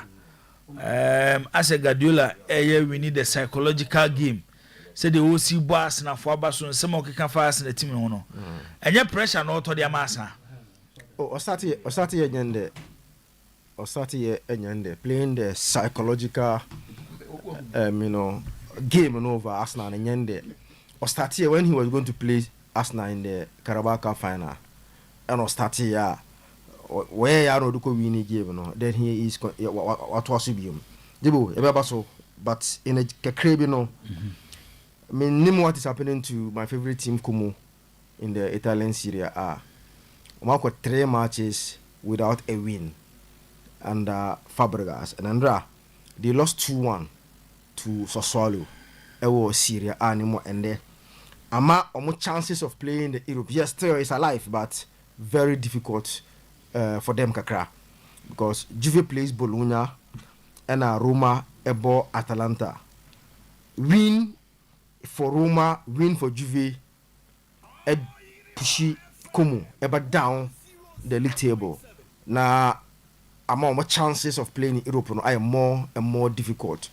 It's a bit a and we game now. We don't know what is happening to Como because the form that I know more and then quite first of all points against Udine, Inter Milan, and in Sassuolo. No, you know what I want to say, especially that game against Inter Milan after taking that 2-0 lead. Come fast so Inter so back. Every winning game no by 4 goals to 3 no. Now it's a bit ikakra for Como, but Jibo except Fabregas and Manti and Como. They are my favorite team in Italian Serie A because of our life. Me pekwa for so bobo no. Unze me petima or more entertaining crowd, about good football. And Fabregas and Como actually say they are master of it. Minister, what here Kevin De Bruyne interview now or Grantier now making comparison of the Italian Serie A and the Premier League. And why I like Como. Unse virtually the Italian clubs they don't have similar football. Unse that is how you can't take it away from the Italian teams. Their mentality. The first point of football is to defend. It's only a solid via then they do it a secondary matter for them. But their first making sure say they have a solid defense. That is how they are trained to play football. And Como changing the narrative. And I think say Yakakra with the kind of results now so Omunyano. Napoli airborne Lazio. Divo. Now Serie A no Inter 78, Napoli 66, Milan 63, Juve 60, and our Como 58 points. Now, washe baby Inter Namna after a very difficult day, but I say frustrating first half. They bounced back in the second half and winning convincingly against Cagliari. Our master and more lead, our Italian Serie A so. Now baby omo number no clear say league in the omo yaja nesa because the inconsistencies of both Milan and Napoli. No obi enti obetimi amachi omo. Nti now omo 2025-2026 Serie A champions. Omo na je scudetto. Now they can here 3 teams now be make it top 4 no. And between Napoli, Milan, Juve, Como and Roma. I mean Roma wins against Atalanta, they move to 60 points just like Juve. Juve so share 63 with Milan. Now the last week America said now AC Milan moves from 30 contenders to top 4 contenders because they are not even safe in the top 4 based on how points every bam, and recent Milan results they have to get the results against Verona, and yes it makes almost a chance of playing the top 4 very difficult, especially when Juve timshe Bologna na Roma and timshe Atalanta. To bring AC Milan to a very tight corner to now facing difficult times in terms of about Champions League next season. I'll go for Napoli to beat Lazio. I'll go for 2-1 win for Napoli. Now, look, I said, most important players in are returning at the right time. One of the key areas are Napoli injuries to some key players. Virtually some small squad. And when Kevin De Bruyne, Anguissa, and one kwabiumna, certain Lukaku do no prantem, Tiempo Faninka equation, but upon time, even David Neres, or by GT Mr. Betiso, then also get injured. So I play paper and affected or more them no, but most of them are back and they are good to go. Jibo Yanko for 2-1 win for Napoli against Lazio or side game no. Roma and a young Trastomi against Atalanta. Their form in Shada and when you expect Roma to win, they drop points. But at this crucial stage, me sure say Pellegrini knows what is at stakes for Bobo from Roma against Atalanta. Also, munya resource if they want to be in the top 4. Mekai how Atalanta recent resource about 5 or 6 games without a win. They recovered to win 2 in a row and lose against Juventus at home last week. This is a game that looks like both teams to score. Roma to score, Atalanta to score. More of a 1-1 game, but win Baba will go for Roma 1, Atlanta 1. I'm on the way. Room. Yeah. Okay. Roma so confusion BSO. Between Gasparini and Claudio Ranieri. Yeah. Nti amatim ne monyo sa ni nyina so etimi ha pitch results nti ana hwe ni no the thing say some of the results now Gasperini nya recently mo jo mo ntia se for example how only results be with Genoa, how the double points with Udinese, some results be since we feel say the next come show to get more advantage. It's no more good standing in terms of top 4 no more. But all of a sudden now they are forcing themselves to bounce back in the top 4. So that confusion yes me affect. And until that me feel say Jibo yanko for 1-1 draw or side game no. Jibo your own Milan. So you should name what is wrong with Milan. Say when a team reaches a confusion state, I wanna bones and then about 3 back and then I go 5 and I back 4 because about what to do. By Eugene, he's a proper 3 back coach. But the Okoye in the last week, it backfired against Eugene in the first half. In the first half 2-0. Next quickly now or move from the back 4 no the starting game to now a back 5 in the second half. Yeah, on weekends say and this guy say report and say Oko back 4. Yes, you want to back 4 and it backfired against Udinese. Now Oba against Heros Verona almost Jibu Omunde virtually 90th on the league log with 18 points. Say many pizza there relegation come back Omakwa Ko the points guy between Verona and Lecce mpa a bed to catch up Lecce. Nti Omudan come Omakwa but that team say be no how pa onomoba. You have to go extra to get the points against them. But I want to trust Milan. Last week, me trust them, and I'm going to go be any mercy. But I want to trust Milan. Say, and So what do you Kofi Zakito. No, I want to trust Milan against Verona. Say Milan will win by 2 goals. How can you win? Kase Verona beshe. How can you win? Kase Verona beshe. I want to trust Milan this time. No, Verona will win. Maybe I want to trust Milan. Verona beshe. Maybe Milan. I want to trust Milan. Last week. But I said teams are Milan struggle against them. Maybe Verona. And I'm about this time. Teams now mo on low block. Teams now. Omoda form no. Say Milan and winning league ni because Inter better. Milan struggle to beat smaller teams. And na Milan problem. Yeah, but this time there, Verona already. I want to trust Milan. Say, ombe money na. Jibo, Yambra England. Okay. There is some based on early 2025-2026 season data. The Arsenal vs City game matchup is the most watched Premier League game. Other high viewership matches include top 6 clashes like Manchester United vs Arsenal, Liverpool vs Arsenal, Liverpool vs City, Arsenal Tottenham, Chelsea Manchester United. Eto nti asati ti hey games ya bo game ankofo akopso de omani akohwe pa see stadium see any TV so baby obi follow game no a game e course so e Etihad Emirates Arsenal and City to ho asem na America no say and they were Manchester supporters who money just on behind Arsenal and City than Manchester United. Oh, we say a normal in life say teams are more privileged, no. A normal say they will have more eyebrow because that is where the interest is.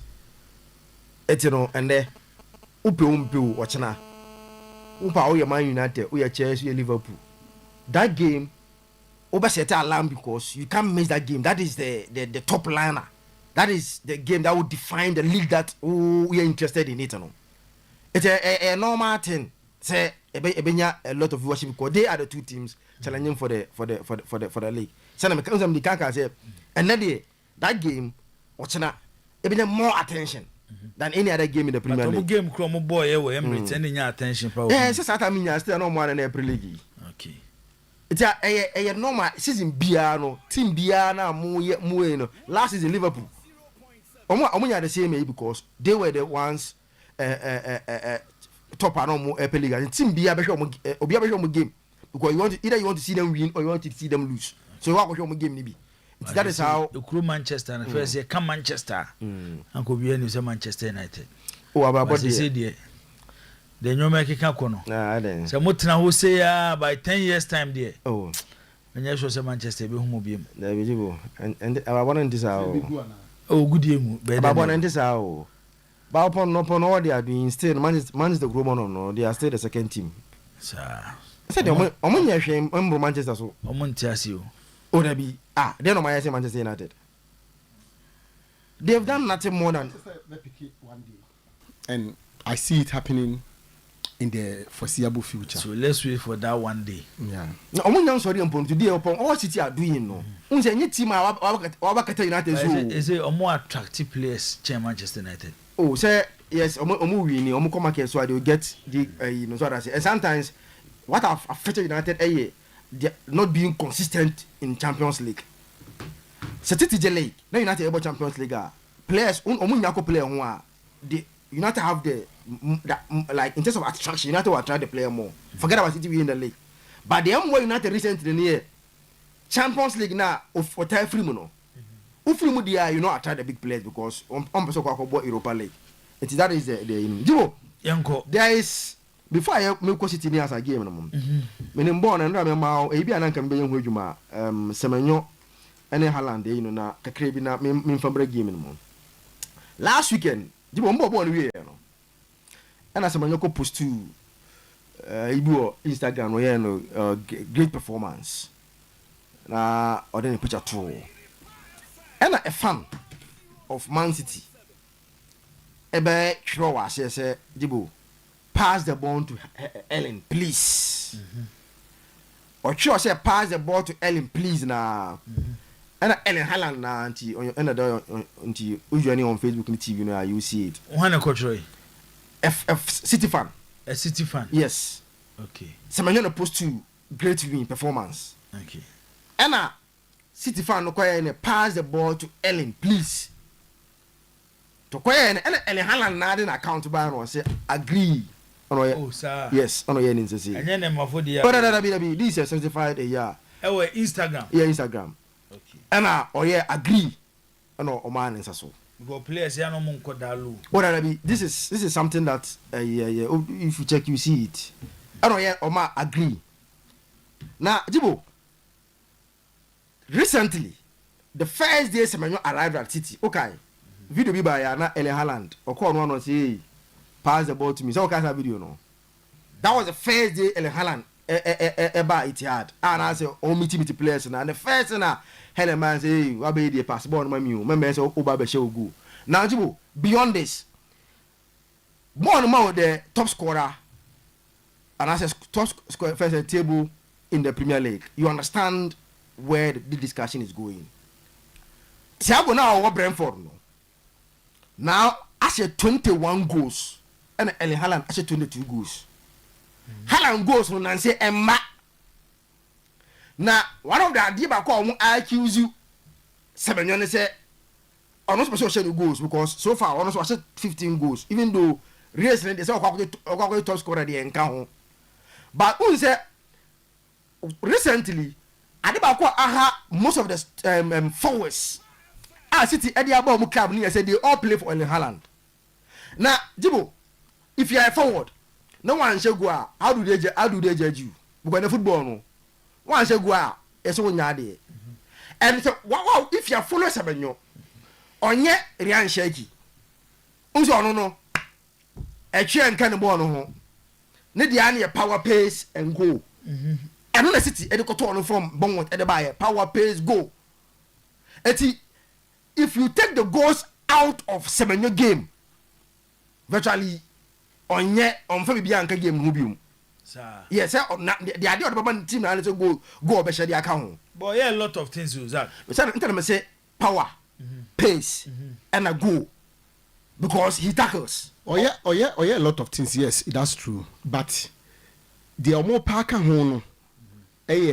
For instance, when we say obi ti say Bruno Fernandes because you say apart from say all the goals kakra be kaka ho no ni core job no ye more of providing assist for others to convert. Enti almost expect to say anka the goal scorer at Man City is Haaland. Everybody must work for him.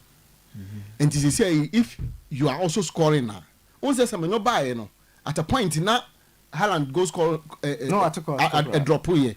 After now, no, some no appreciate it. So it means City today will have 2 goal scorers, and obviously between the two of them, no, Haaland is more of a clinical finisher than Semenyo. The best is I could Juma with mammy because they are whilst you can about. Are we really being fair to the system? Because answer na Semenyo Webano.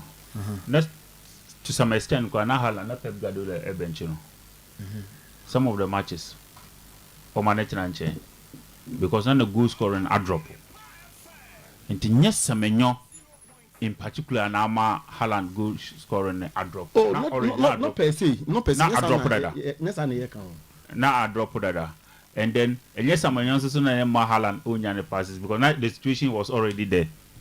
The chances of scoring. And Semenyo was brought to complement that.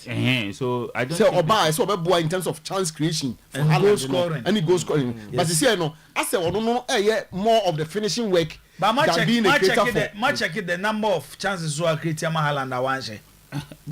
Much checking also. And I make us why no Hojuma. Haaland went me and maybe free man. I am more of one. Now the thing say he's being selfish. Sometimes in a very good position to pass because almost social goals into no shoot you. Omo last game no omo last game City ne omo last day omo Chelsea game no there were 2 instances. Yeah, check the man now. Yeah, I said go play or the ball no 2 man Alan to finish. Okwa no go ball short the keeper na chain no twice. So now the argument and say narrative not changing from they are not saying say the Onyada say they don't like in the output. but what they are saying is I say because on super social goals in no baby who Alan ejina yie pass and call the one to man on so short. So that discussion as at eba I think we only hope say enko affect Semenyo. So we say and we start to say now this England way they will start being a touch ball. No more any movement when I say pass it no about short no my Zach say we share me who is a conversation no I saw me kind and say they no person me dey and as a Ghanaian I was taken aback a bit but me read the kakra me who say I said na omo fan say Semenyo was rather coming to make Haaland better not to become a competitor but as Semenyo buy no senior he hit the ground running no I say he is enjoying that idea no. Manchester City is here because of the goals that Semenyo dia.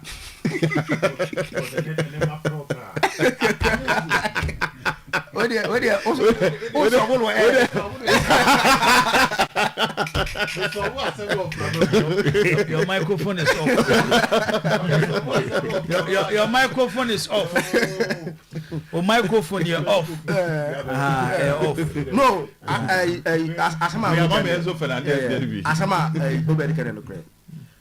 City ever raised him because of Mike and Semenyo. These two sides, and they bring them back into the 30 race.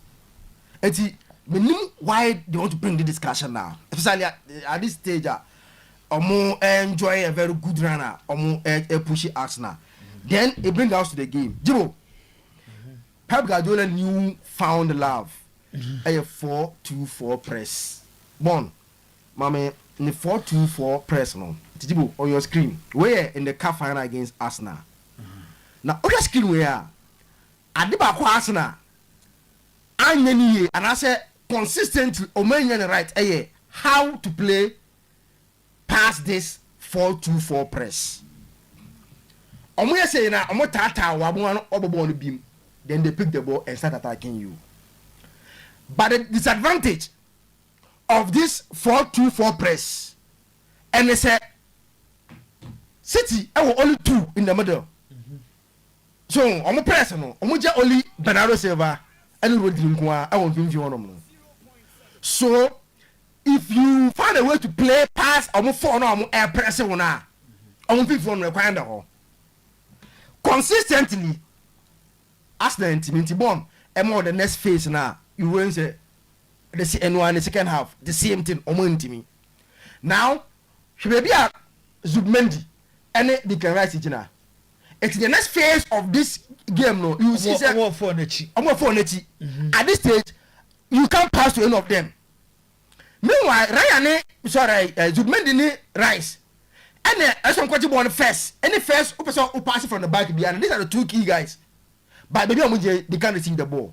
It just ask a recycler. City for press and I know heading. I'm a recycler. I don't want to beam. Oh, Chelsea. You want to say, yeah, sanity. So, yeah, the sanity. But there's a way out. I don't know Ancelot. I don't know Ancelot before the team, Liverpool team. No, I'm going to City for the normal. I want a way out. Or maybe Liverpool were very good in the from the first minute to the 35th minute. Virtually, City were off. One, Liverpool did no. What Liverpool did was simple. City four pressing no. Makes number 2. So what you do is that find an extra man to be in your middle to outnumber City. That Nipano a bit back with receive ball. So Liverpool ni born. In the next phase, you will see it and it end the screen. City, here the same person. But at the and slot and say at any point in time, he made either Salah or say a so who see almost from a 3-man effort against City 2 no, and they were playing through it easily to create a passion option. Yes. Liverpool in the first half no Liverpool from the first minute to the 35th minute meant to be answer goal no and now so can say now first half no scores na you say Oh, City score City go no by. Like first half na ya and City go no by. We got the other two screens so me see a call Arsenal there na. Just simple and say City press with 4. Say Arsenal start to build up with 2 players. Say now we can say Saliba ne goalkeeper Ryan. That means City were extra 2. Arsenal players now move ahead. City 4 next, you know. They can easily come 1v1 situation against the Omujebo coverage from us. Liverpool here and say, find a passing lane with an extra man in the middle. And slow 10 me and Pono J4. Oh, somebody says Pagado also very the game. No, they so can the back counter City this is in. And sometimes say, Pepper Tono, so on so very the game. No, so he saw what Liverpool doing right and he stopped it. Because one stop and go Jao Musa, the story would have been different. And they say, no, Eti Ateta must be brave. Ateta must be brave. But on my last picture now, the time see he must be brave and I say, okay, side the way you are born, maybe if you're not, what you training for only be. Side the way are okay and final game no. I question no. Listen, big teams. I don't know you me dream about Ateta this season and how he plays big games and he say, meaning why you should be under pressure for 90 minutes if you are playing a big game, especially when you have the quality to also hurt your opponent. Arsenal team have the quality to hurt Man City. So now. So the entity say omusuro say you go actually. Just look at this situation. So over that situation where virtually they are all in the 18-year boss. Onko be 8-year boss on the center line. So that is the problem that I think Arsenal are facing. Okay. But I mean, more a game that Arsenal knows that almost is no airline on that game. Okay.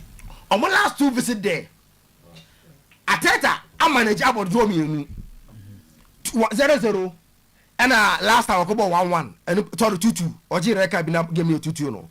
But I did why in the last 2 games you know, I'm a sure person we Arsenal fan. Sa last image na born the man no. Ebiana be seen say sa game ni nyina no about 22% of the game pe ero de nya sa do nyinu na onya OETR no nse na we lose ni all games against it at Etihad until the last 2 and the last 2 ni nyina about 22% possession ero do nya sa do no nya no and today Arsenal knows very well say getting a draw at Etihad a good result for them eti ona me anwa ya adwene say sa Italian game no dem said ochina bobo bi pa but honestly the weakness of City is attacking them, so be brave to attack them because defensively they are not solid sir.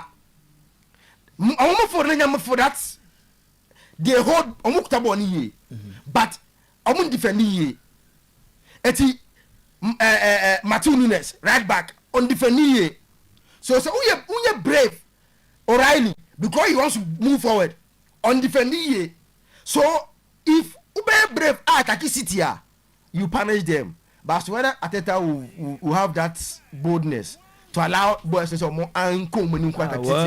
I don't know, you know. But I think City now my home recently there. Arsenal will need to do a lot. A lot. And some of what team City. Draw crowd. They will need to do a lot. You know.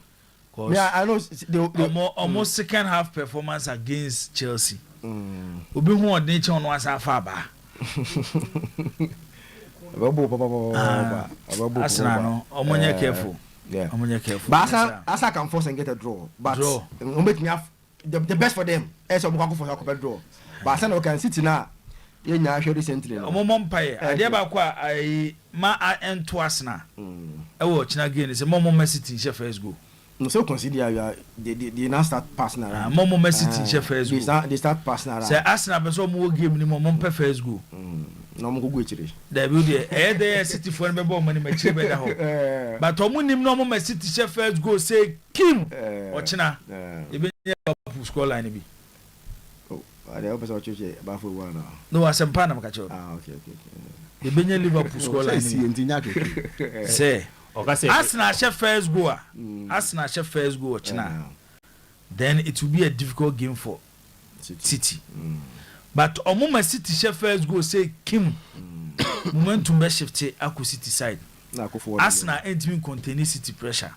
Psychologically, Omodi Kambu Arsenal dada. The one we are going to say to us 2, 3, 4, 5. The moment they score tomorrow, the moment somebody win Ochanano, it means they have won the league. Why win it now? City. Sir. Oh yeah, when is your mobile Burnley or Mars and Nigi? Omo Crystal Palace. No, Burnley. No, Burnley ni league normal yenya standing game. Yenya standing game, but more league against Crystal Palace. So into our standing game against Crystal Palace. Yeah. So the moment standing match. And Arsenal challenge now Omanyane said they are being chased by a serial winner, Pep Guardiola. That's the league in Egypt. Only and Arsenal needs a record. Currently, as we speak, both the players and then the manager, there's no serial winner.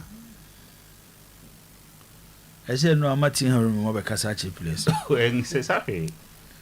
Both the players and so much you see winners. No, but he's not in the and on the team so as we speak. People from the team. Nipakonko, even as a footballer, he was not a serial winner. I never heard ABC. And the challenge Arsenal and no. And the moment of lose focus pay. And a Man City moment to nearby. So share middle during early stage in the second round of the season. Next City Ankasa was almost lost.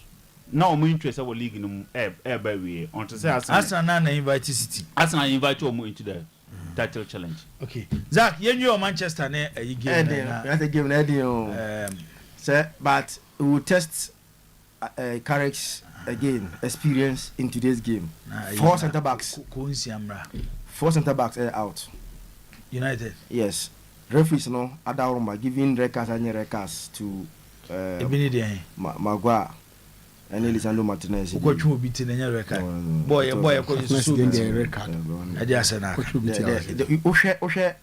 I was listening to Clattenburg. I listened to Clattenburg. So we take Clattenburg how or break it down that incident now. Clattenburg no former referee. No the ball cry and papa say. Hey, England best referee. In England, and Sana Mokoye mo best referee. Oko work up go show 4 yellow cards no. Oh well there's Jibo. It's 4 centre backs out. Maguire, Euro out. Lisandro Martinez out, Delete out. The only recognized centre back aka Heaven. Onunkwana aka. It is a share a chiwaya. Me so say Ansha boko back 3. With because aka look sure. Aka Heaven. Aka Mazrao and aka Dalo. To get the best also about 3 back. With wing backs. Na wako. But Chelsea now no. The reason why unconfortunately upon these problems, but still I'm GD or more modern ball recently. They are not playing very well. The coach allow your confidence. I don't know why seen say United games. I feel almost game more beer. Only do almost 7 points. Yeah. Some my Chelsea shaman now points in be free 7, about 3, about 4. Game on. So game be on. Tough one there for be unforgetting. Say Chelsea be 2 be NC. And now they be 2 be. Jibo. United will not lose that game, even though they have problem with almost centre back on. But any team that United will lose. Mate Kofi Zakito. Obed, say. Oh yeah. Ayaba. And then in mo no door so pa ba nyameti ase. Nyameti ase pa. Hey. Na nation.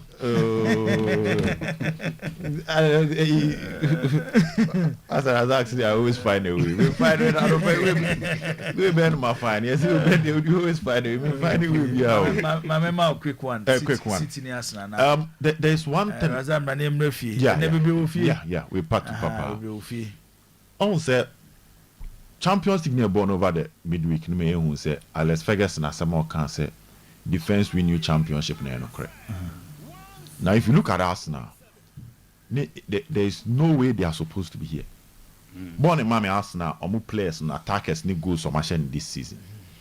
See, if she goals Arsenal, any kind of more say omu that top. but they are here because of their defense. I'm hoping that Barcelona for ne pick attention power because Champions League near boy Arsenal share 1 goal, but 2 matches against Sporting keep clean sheet or semi. Trossard was 5 goals in 27 Premier League matches this season. 5. Gabriel Ewa 1 goal in 26 Premier League matches. Madueke Ewa 2 goals in 21 matches. And Bukayo Saka Ewa 6 goals in 27 matches. You players 4 we are. Now, though there is no carries on can we there. But these are players who are supposed to support the main striker. It's a chance now. Martinelli has just 1 Premier League this season. It's a new thing I tell or wow time focus with Chirope because the plan you say with me bombardier keep clean sheet now but could be Kotomua. Akwenya nebia momo.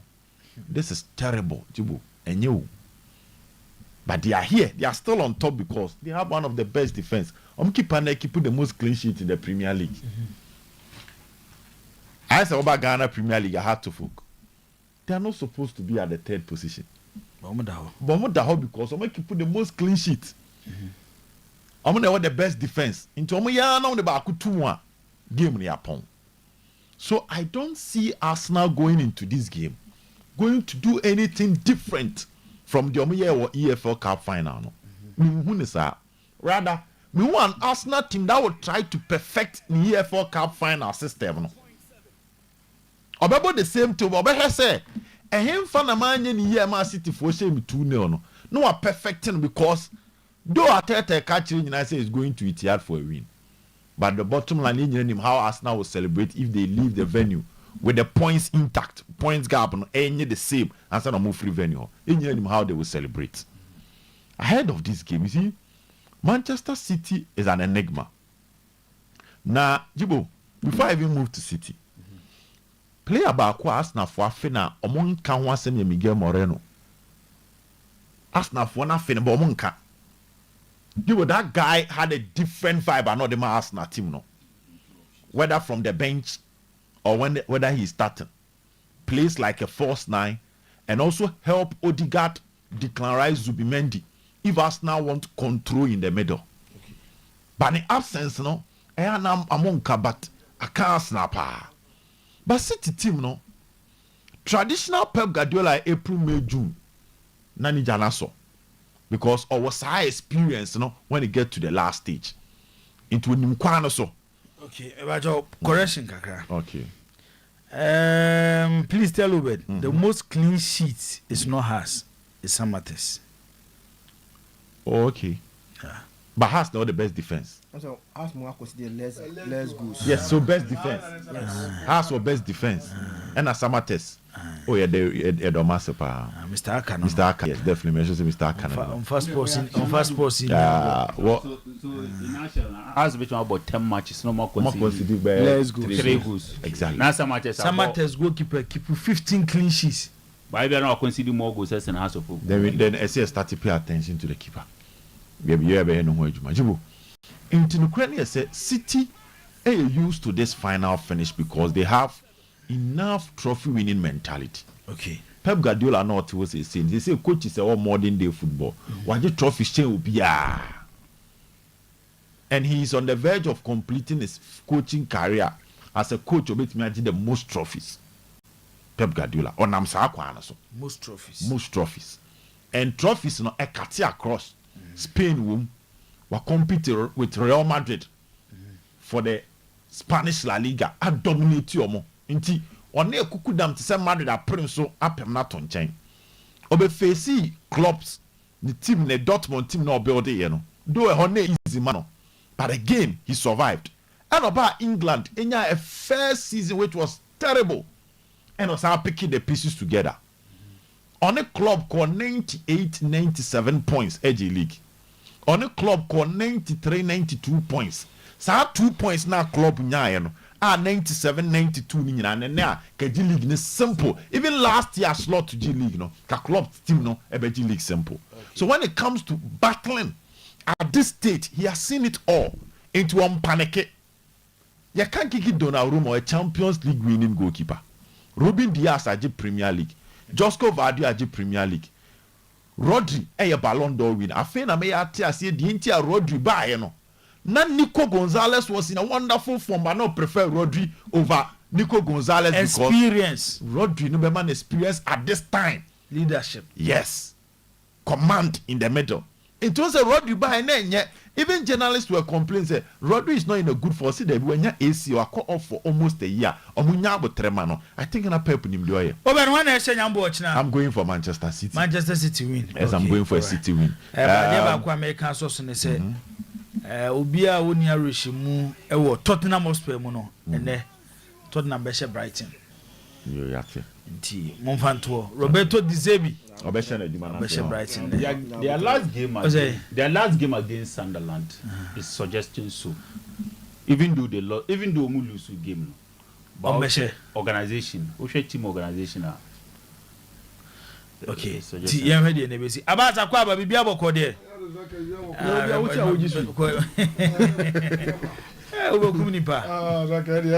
Bibia boko. Onim say na Champions League ni Confederation Cup ho. When it is AM. No, one of me coffee me. I'm person say that crowd. When it 2:30 AM coffee. No when it I mean person me debut.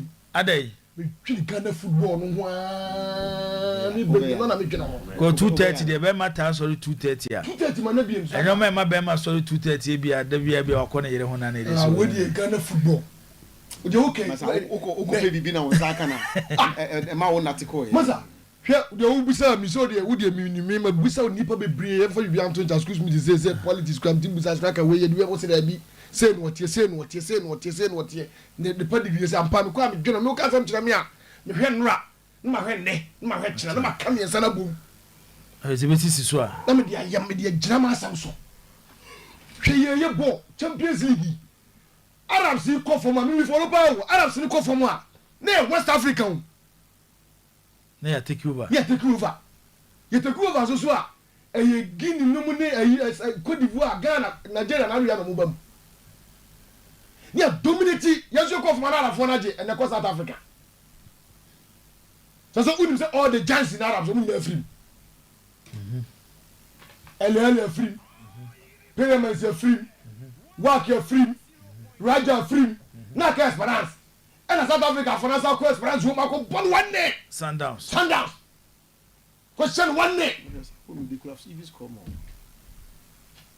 etine obo okobo okota South Africa bo yeah obo yin free man asa so ka dey be ya kan ya kasa say 2 cents bo mi dia chire mi starting di house of ko chi I me reality say 3 cents in 1986 mi wo bi ne fa 3 players on Tachima Emmanuel Amamo se bekan ne father so bekan so munye jantsa bekan just like we judo onye na so ba mo ba munye jantsa o munye jantsa fa dey fine ba munye jantsa ba African football at 3 am bom di o munye jant Esperance El Ali and Ukomoro kwa work in Raja bekan mu di o munye o mutimi ba be yebiko okay Tunisia so tour the Sahel Club Africa o mbo so mutimi nye but at least all the time mba but o mutimi nye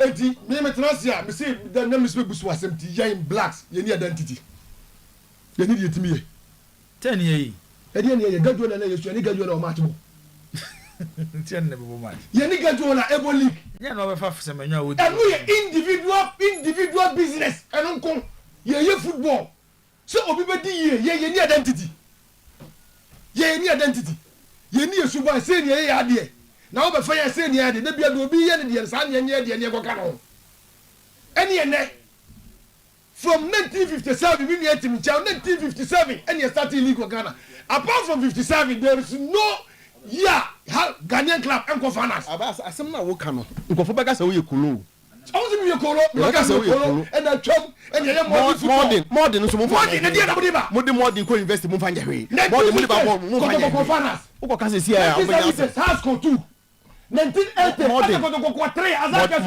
modern me hu 1990 Asgo the yana mekan so bi ndon kan mi Asgo the yana mekan 1990 Asgo go finals yeko 2000 yeko 19 kotoko thank you kotoko 93 kotoko 93 mo dem se mo am ko kakra me na me kotoko yana mekan dia wodu ko peda ne sa no wi ese wa ene yana mekan sa ta mi e tie radio Gabon akwa ko net French e mo se kotoko atika no wani yɛ asɔre kɔ yɛ ɔkan sɛ sɛ go ne ba ne Gabon radio Gabon ɛwɔ ɛna ɔkan sɛ ɛna ni etie sɛ French kasa ɔkan sɛ eti radio Gabon ne ba Ghana oh sɛ me but sɛ tata ne yɛ French no onya na sɛ to wa sɛ kana sɛ to ka French ne sɛ wan o ka French ne sɛ ngofana sɛ kotokotu ne sɛ yɛ nte ɛna kwa sɛ kotoko atika no ɛhɔ ne yɛ asɔre radio o cheche mu no o cheche won ne kwa te French akwa fi Côte d'Ivoire ba foforo sɛ kotoko ni ni adeɛ kyi yɛ ne yɛti wɔ BBC anɔpa ɔmo start ya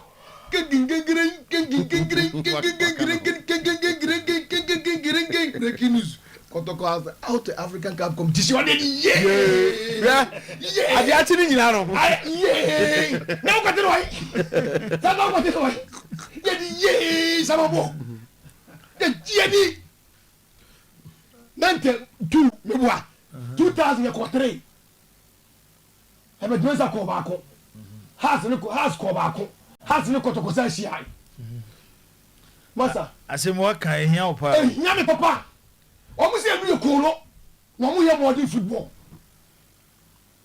ndie yɛkɔ 20 years there is no Ghanaian club on finals group stage in a 3 yɛkɔ 3 yɛkɔ 20 years there is no Ghanaian club ya wako what you say Proverbs chapter 20 verse 11 wasi akwala akwa yedin ni ye and the shin who no ye ni ye be ni o Proverbs 20 verse 11 wasi abofra mpo yedin ni ye and who no Ghana ni ye ni say any Gajola keep on passing defend and passing jeli ni bibi ayo bom abas mesa ba so bi baba so say me pese me before we be abas striker ya anya careful the abas air kan in the next 15 years we will not reach there.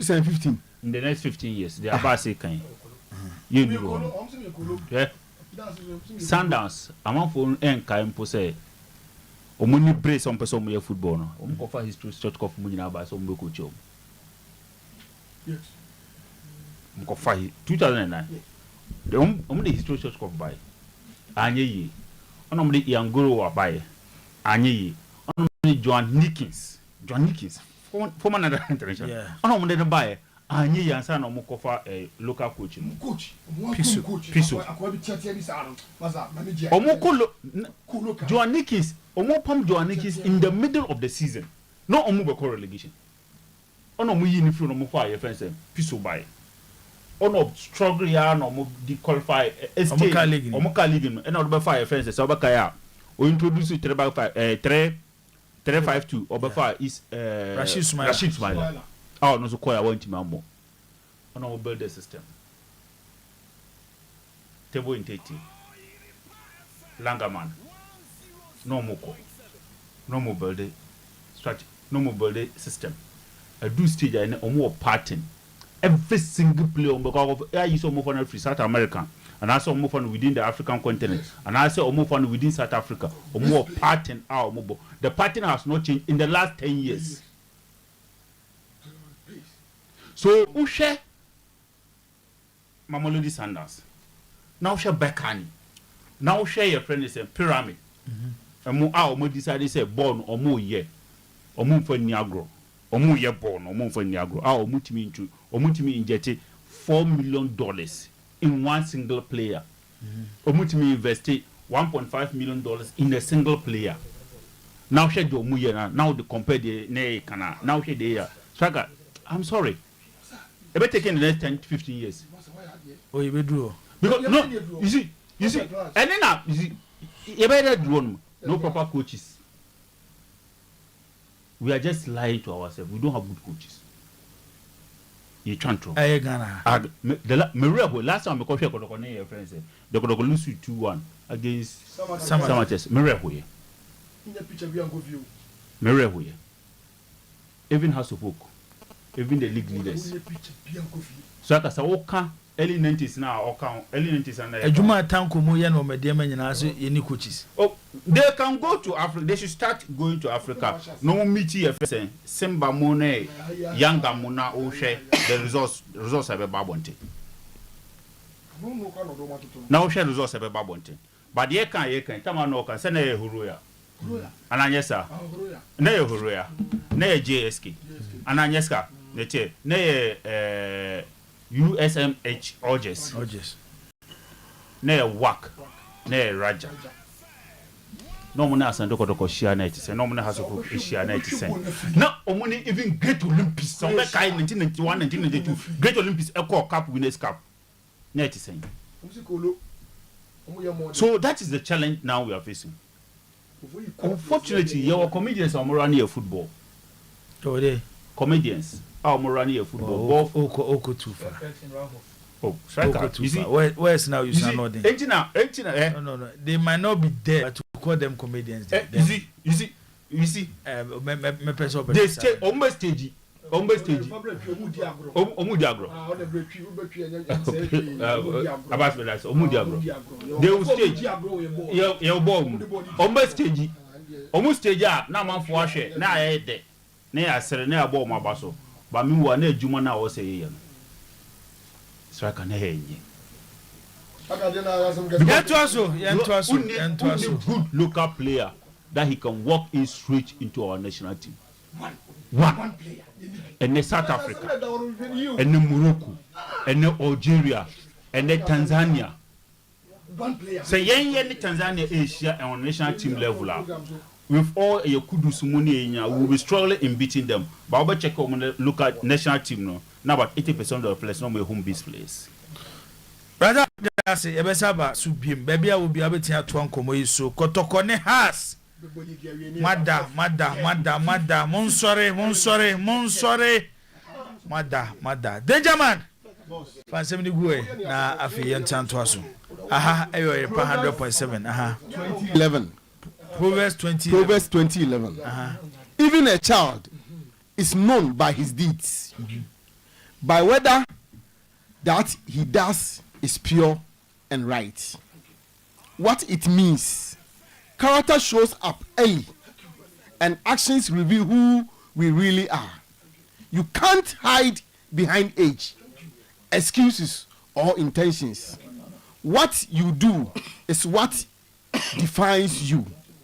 A kid, a boss, anyone, we all know by our fruit. Enti abasa samna ene odi abano. Penifo misremu from boss wa also e be simi no we so. Ye mpemre ne ndi kodu asem no. My man nye se abasa na abeka ne ya to atwene saa. Odi asem kese pa na abeto ho no no. Asem kese and what the about to hold on. It's not like I'm against about the work. Yanko.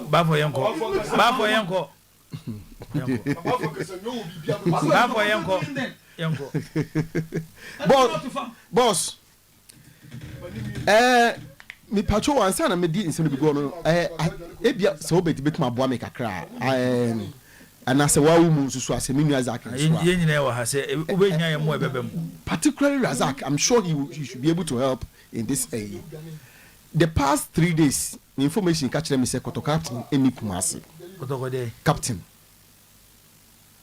Samba. Onikumasi. Sibia was still quite.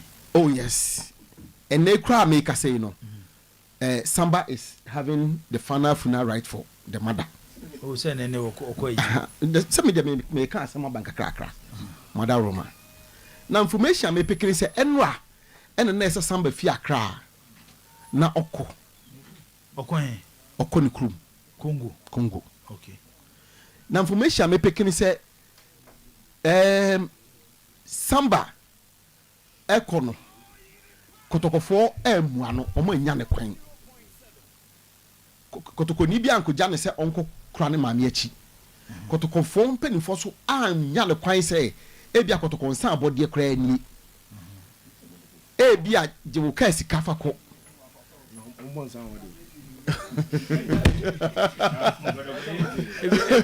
ebi ana kongo ye monsa kongo ye monsa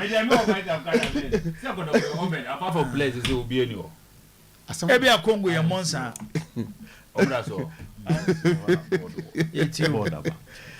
boss information am picking and run na samba du nkan na so 600 e dia so ne sika so ato ade dia 600 Ghana cedis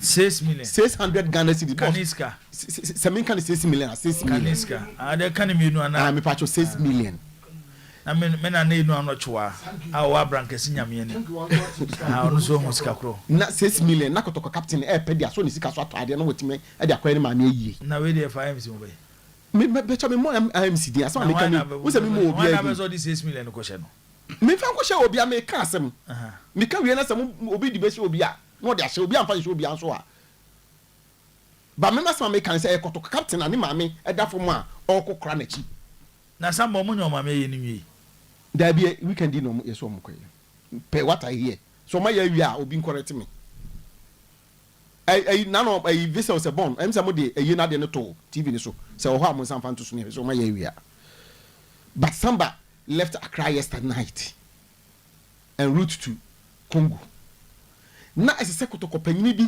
supporter panyini bi ena ono Samba no ko friend agent se o pesa 600 no na ese agent ne friend pakro no anajo 10 p.m. in pakro cranko screenshot to the abenom so the band betu TV ni so no jaye and send 2000 to come Samba nte kotoko so mfa so no kotoko so mfa so no me nka se nyem fa so se nya kotoko asenka support on se ne ne ama 2000 hey boss on se we over simplify asem no kotoko captain na etu kwan o a wo kosie ni maami o asema ye kan na wo fa no rata asa no e ba ye di a e bibifo particularly Ghana for there say ye nipa ne maami there ye nsan obi the message abase Congo ye monsa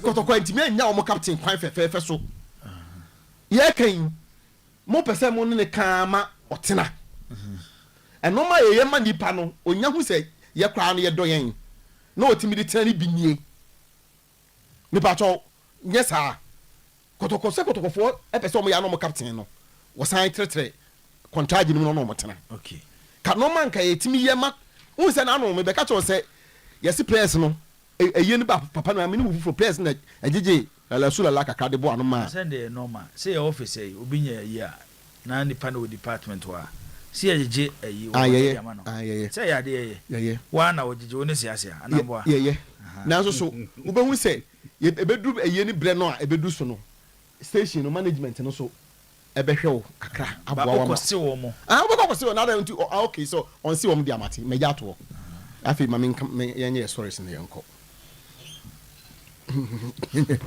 I'm just like you to abem baba obisi yembusa ba for a question say but so Samba na ketia akemana because asema ba for ken nyina no the only ade abetimi edukotoko abem he hasn't been paid but say o two kwan why kotoko ebe ya amount say tifia say jibo na when your problem yes station no say obe bi di amount but the obe ya amount no bia a wono benye issue waketua issue change kakra wo but okay a back foreign player sir jibo the mekai pa na say more time majority of the deals are foreign players sign your return ticket package esa odi shame no sometimes ni bua omo instance say league ni ko breaker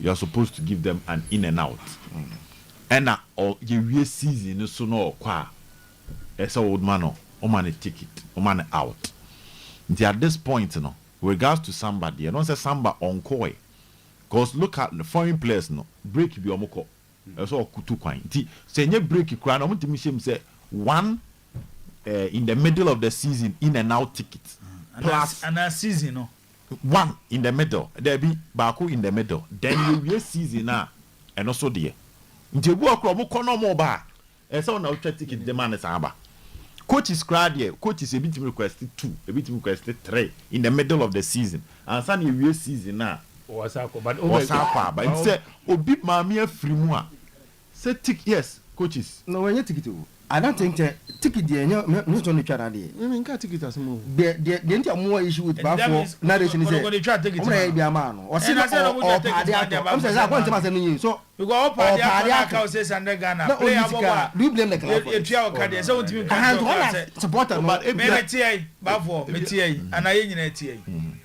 boso so a Oyerepa tu America na sa me koto ade a na me sika nso a on say bia ye na ba no ese so ye na ba na bia so tobi bi de ko nti bia eye bia baafo kase bia amma no hwe so on fa nko no me ba cho wo ko no fine management atwa ticket ama no based on the mo kan na so ohia bibia ba cho ode ato mpanyifo anim se bia samba se na mehia because say na dey atwa ticket mo bi no otu kwan a so opera prechiri oh yes captain on a compassionate basis captain that something baby girls from make you no mo kwa mo property we don't say baby girls ayamba team atwa ticket e ma woko the next thing you be na say and sabon say na ye proper na team esikungu ye monsa esikungu obi di message we were kongo say message all for the BBC man the proper ada bia na ye monsa kongo ye monsa kongo obi we monsa dem ye monsa boss yamba say play or bokotoko but maybe I'm a problem on this. Na yabe fi no kwa. Se kotoko de provide ticket man. Enu nti na wo ye adwuma no ayi Obed. Wo adwuma na wo ye no meba. Wo adwuma na wo ye no. Wo contract. Ya state nyoma nyina. Wo contract.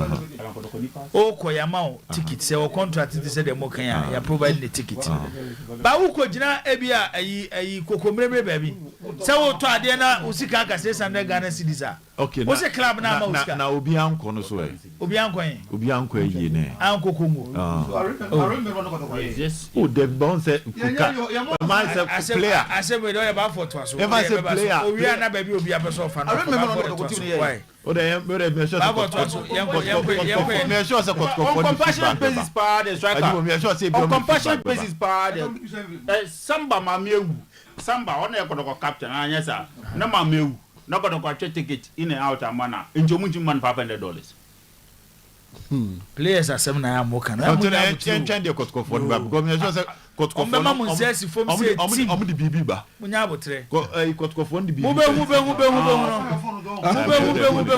Someone they sit here mube no. Say ampa say ye ikoso a. Bon say be o ma me wu ye mre bi atwam no.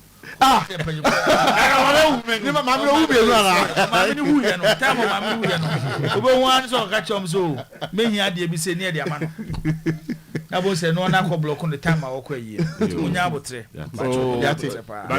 ba jama to so ba saka anya asem na si pa kodoko na wonimo ne pa de Obed na ka kodoko player betu kan pa ne ma mewu pa eno de nka yejimi nka se emrebe etumi ma go bo na obo no oji akatua oji winning bonus oji ebi ko abo kombo ne ye wada bonus so benefit wo contract nim bisi munya abotre wa se mu ehu de jama de to so say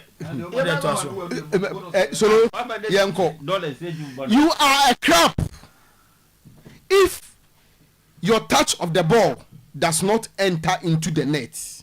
This is a national obsession in Ghana. The pressure on every player is of wearing Ghanaian jersey is too much. Antoine Semenyo.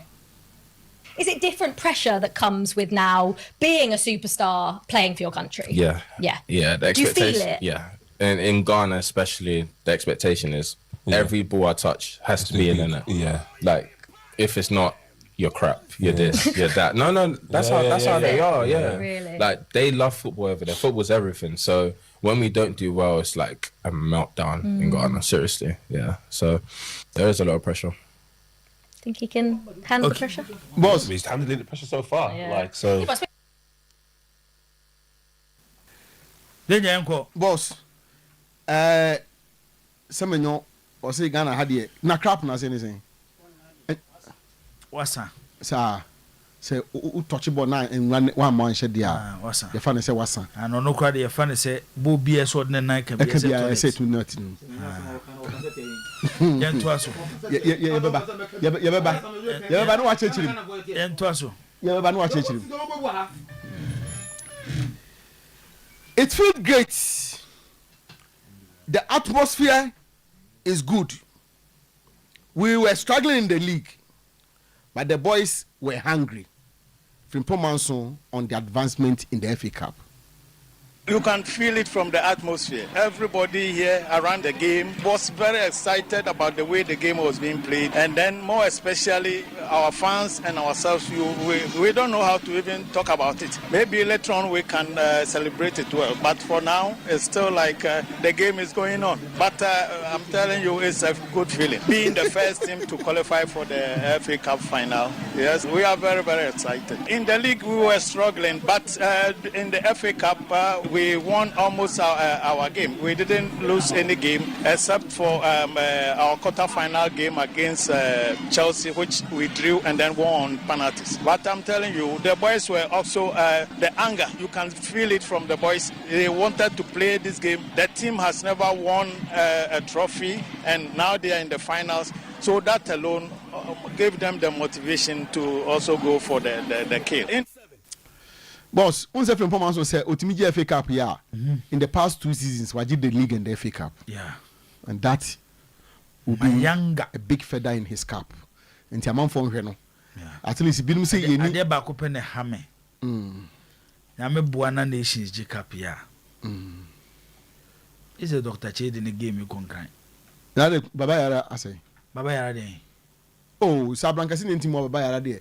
At least Baba Yara early stages in Canada. Now the referee say ko boy you are high mama mo game Baba Yara. Makai. But still you nya hwe asesa hwe. I say kra more. I say more. This country. Is it quite one way mo say? Is it one mo free cup for because me inspection mo ma. Make command like brutal. Razak can say we are staging a drama no. Na on pese obeji atum. The same thing applies to Mediema.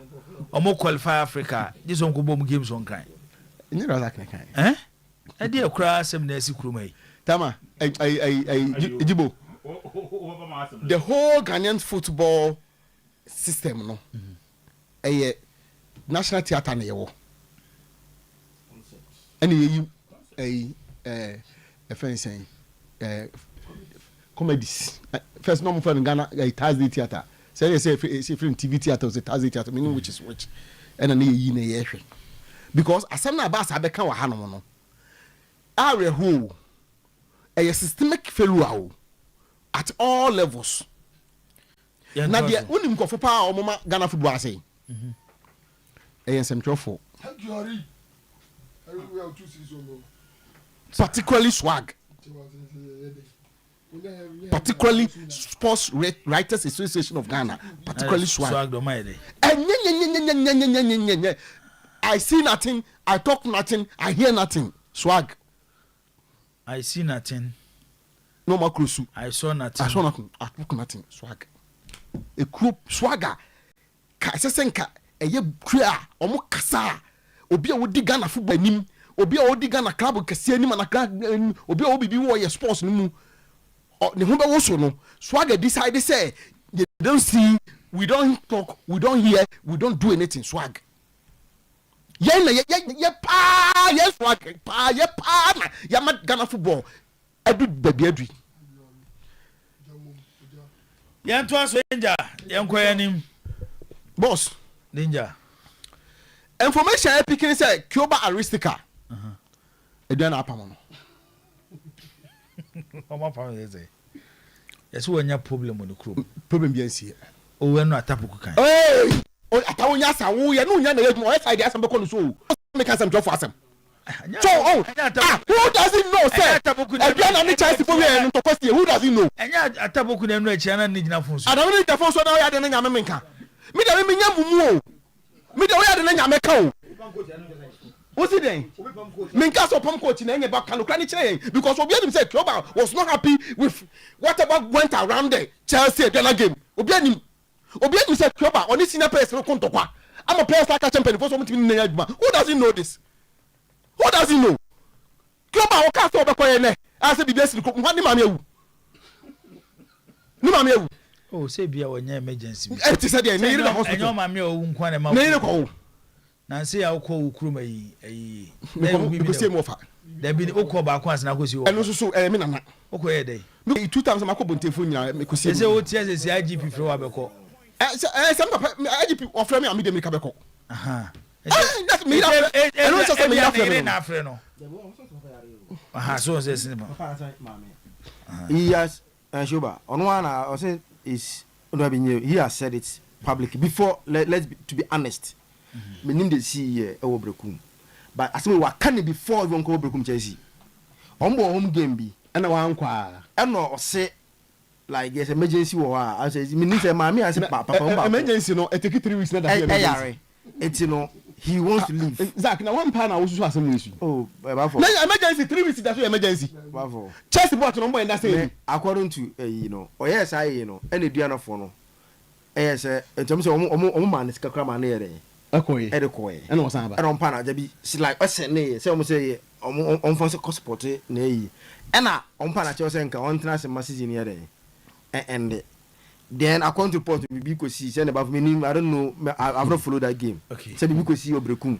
Hey, and I mind the bush. One part of it, you're interested in. No cannot attire see you at the ma Adriana Stars. And patch wine. Or say after no game, or see yes. Or yeah, the perfect fit for their project. But because of issue we own the crew Montino, they are going to discuss with him. It's called home project in the can coach a tuber. Into Uncle Sovumre. So if you have a project, a project that is supposed to span for a certain period, or a solution to the problem, and I say, or somebody who is key to the project, or have more. Nothing you comprehend in about what starting with the project, you know. And now BBSC. See about man ko so was have no beto aso. But why there? Ya kwakra wa pake no ma okwa on sama bim. The project no there any problem. But in the cry woman ni say, ye nim say Cuba Aristica. Oni aduana players no e wo issues. Players now reporting on management. Your best story no ha. I'm a management seems to be falling for intisa you didn't na FA Cup yi and anya yi yanko enim ti boss eno anu mpacho me dey si ma me nuanu mra bi okay all right eno aso coach Prince when PMO training ground so boss information I pick ni say management aka kire Hamza say omsre no on hihye no ma se ne be ya Monday obetima training kra na say training penifo no na odi akwa akopim so mbebo mo next match onye president Mpacho say onye prince assistant. Hi Hamza. Hi. Obusa say onye prince assistant. Onye assistant. Oso onye prince assistant. Da bla bi wono no ya livu no mane kokoye ni. Ana who say only prince ya aduma. No but only aduma. Only ya aduma. Da ben. Only ya aduma but say Drew say youth team no game there okọ. Ono ni concentration on youth team ni mo. Even on Monday so ba. No. The last one is Samara na who wo hono. Last game na plan o match. I mean asema make. O the game no. Na Monday we go Tuesday. Na class we on Tuesday. Yeah. Instead na we hunu hono no. Na media man there. But the players ngora na nkasa umkobo no. They were at the stadium. Because I saw them at the stadium. Tuesday no. Yes, no. I saw them. No more stadium. Tuesday me hu kwa no. And after the other. Mommy and Chase. Pombo no. Mama Chase full Razak so. Tuesday. Me anti na me bisa obed say on na ben kodoko. Anti na me bisa obed say kodoko na apart from players say obi eni obi o mana. Me say kodoko is on autopilot. Because makasem no has kodoko is on autopilot. Obi agaso biem. Kotoko ya janka wa ya wisia. Kotoko assistant coach. Omo coach, no more relieving coach of his duties. Omo assistant coach, that is Hamza, right? And they call for another coach, Ebeso, and then probably say Hamza on-call back to your friends, the junior team. In terms of Hamza near friends, coach now, or Kono, Prince, no Munyajuma. They were not working. Oh, but me Hamza and coach Prince on Kotoko bench. It's about 3, 4, 5 matches. And I'm going to obey the question. The last 2 matches are going to go Bono. Or whatever. Kotoko match na Kotoko show mo 4-0. Kotoko na yala no. Okay, mediama.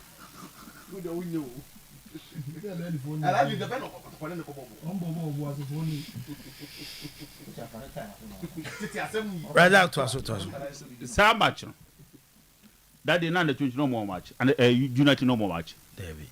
In terms of now info. Yeah, we also you see when you look at the happening in Asante Kotoko currently. When you look at the happening coach and assistant coach my prince also. You see so that should tell you say nenye youth team match as a mia. Youth team match as a mia. Youth team assistant coach, any youth team goalkeeper trainer were on the bench. No, but there's baby a danger everybody anything na my kasa asem no because una go bisa ne say adentina also mo panacho ansa na we for team no ana ye pese draw your attention to this Hamza no onye Kotoko assistant coach bio onye bio oh youth team coach assistant coach nobody assistant in charge of baseball nobody has begged. He is not supposed to be begged. You see, we shouldn't get that kind of impression here.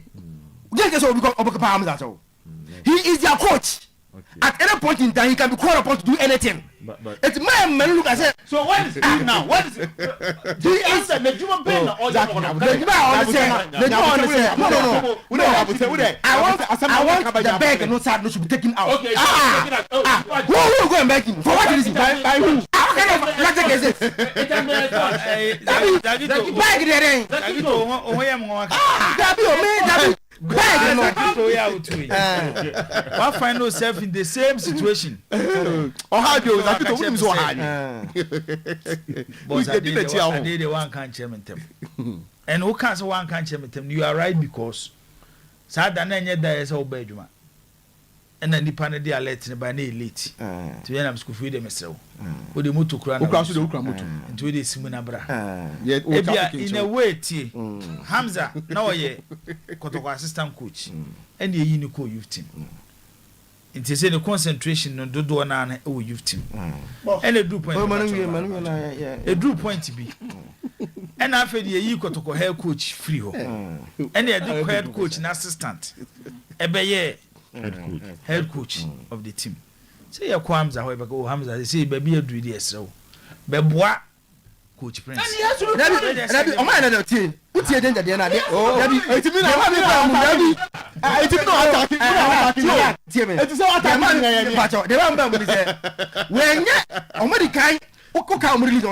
they've already done that by sitting with Hamza for him to work with him. But what person say Monday didn't go panacho. One day that's man. Okay. Say you go panacho say Razak we na.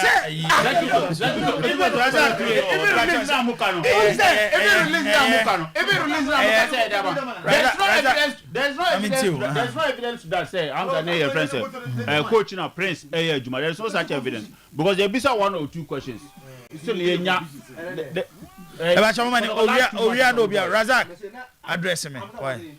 Meet you. Razak meet you. But on Tuesday in so no way for.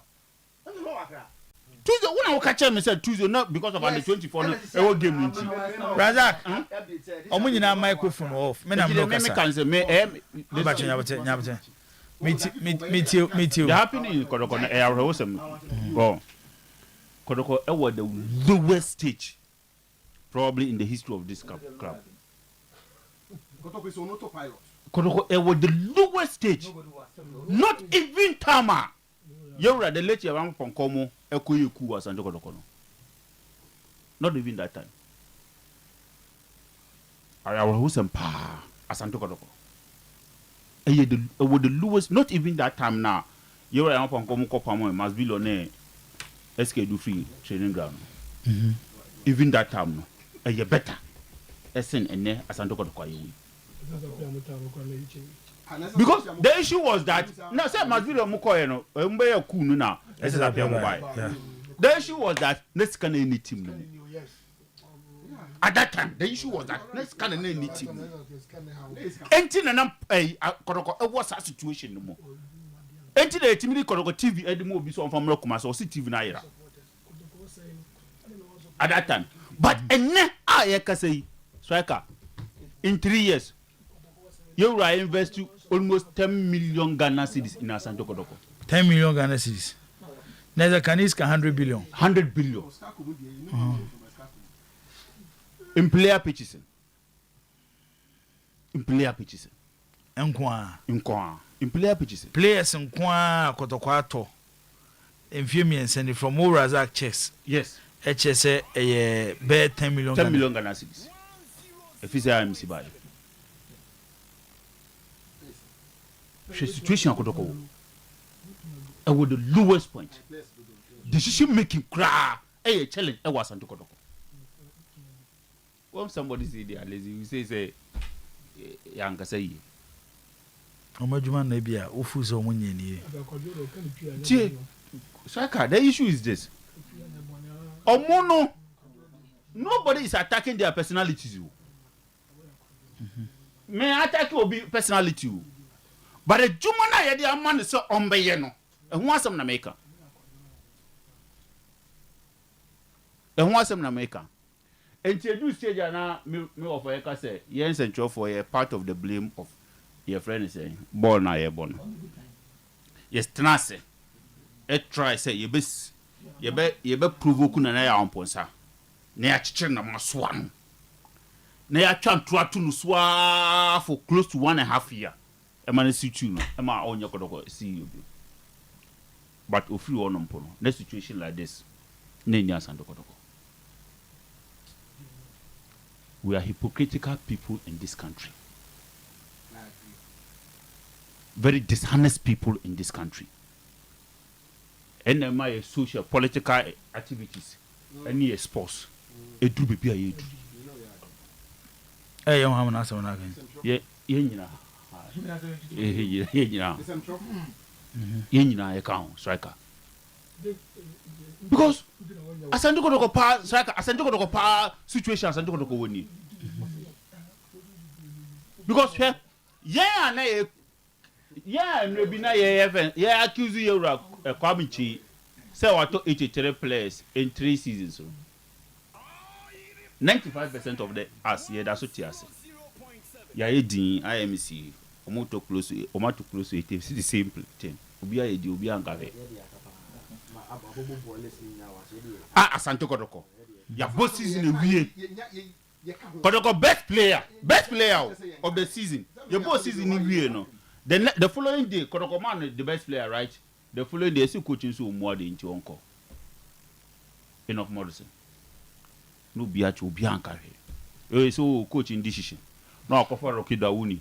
Wasn't there the best center to have back in the system? No, the Nabasa. Huh? Rocky Dawuni. Yeah. Dawuni. The other one. Said Dawuni is a Rocky. Oh, this will be that. You see, no. How do you know? So shit. So 3 years span now. Okay. So shit. So 3 years span now. You are an upping crack, and then the management or Sandoko now. Striker. In fact, Oma more euro.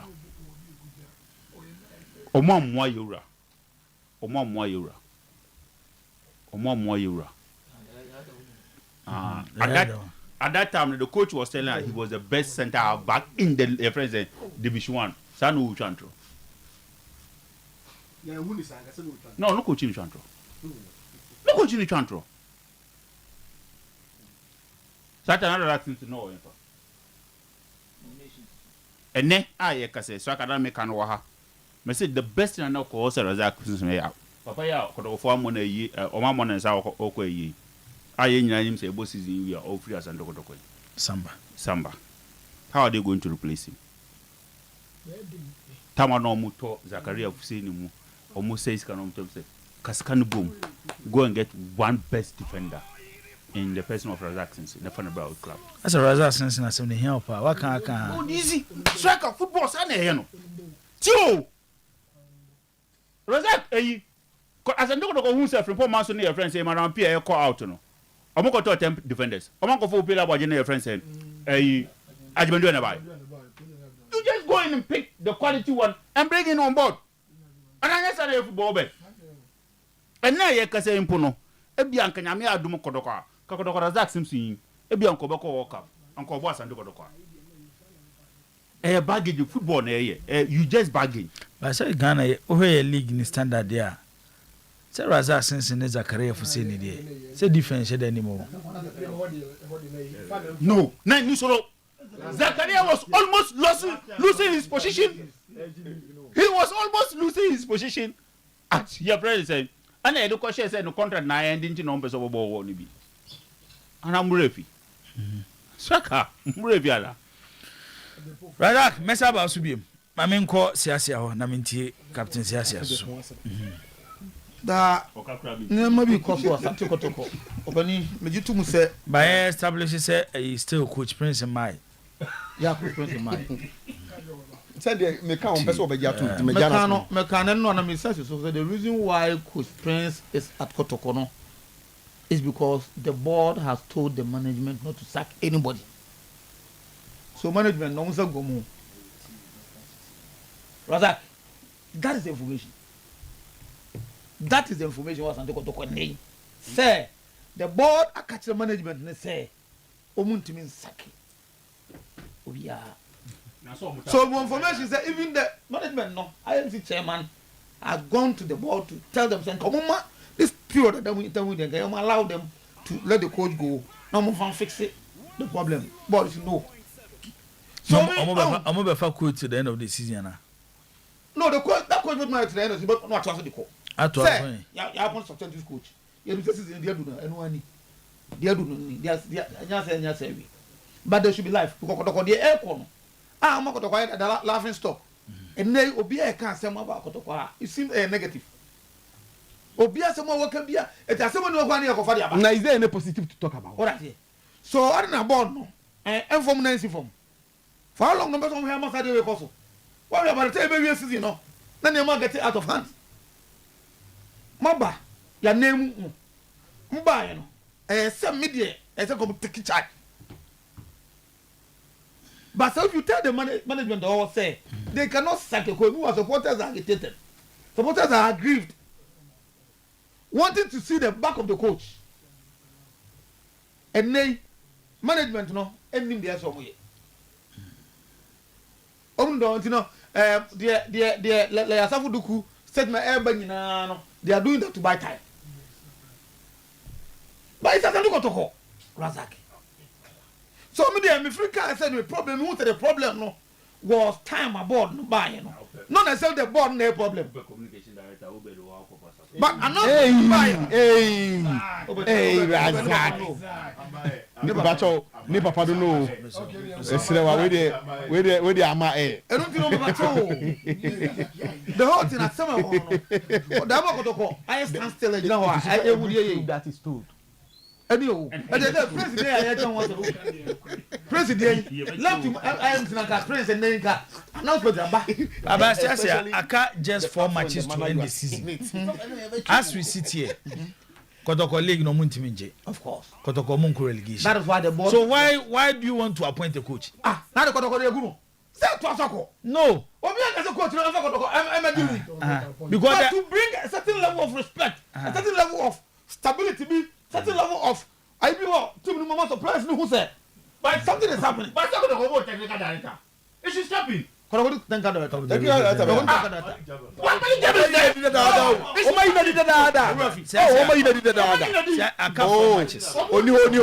got 4 matches. Based on the current situation around I'm telling you, he's not working. It will be better. Say season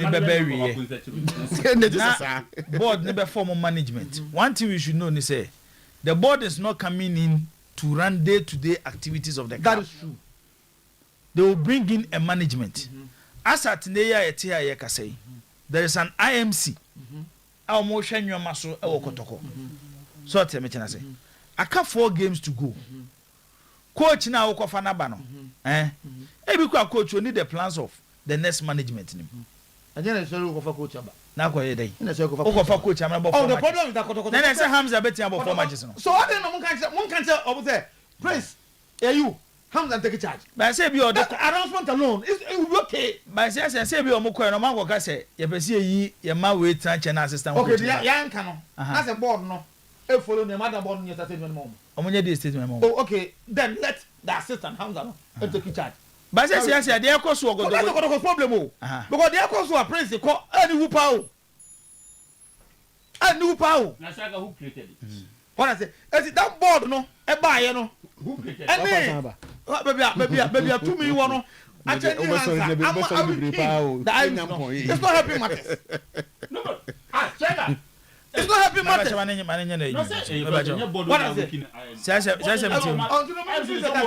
but then I can not talk my no coach from he's done well and I mean I will tell you about more kakra and I was happy with him okwa nations almost side especially go show almost no there are some elements there and someone now more can we come go coach from so anyhow they say we go one thing na say pressure ban so I think with this feat some supporters me with this feat they will need to commend him now all the support to go and win this but we as well bet me Africa no so medical catch say Ghanaian team bet you pa and Africa no your body we are mo bi anko because it's just a waste of money na be don experience yan team nkonko ye hu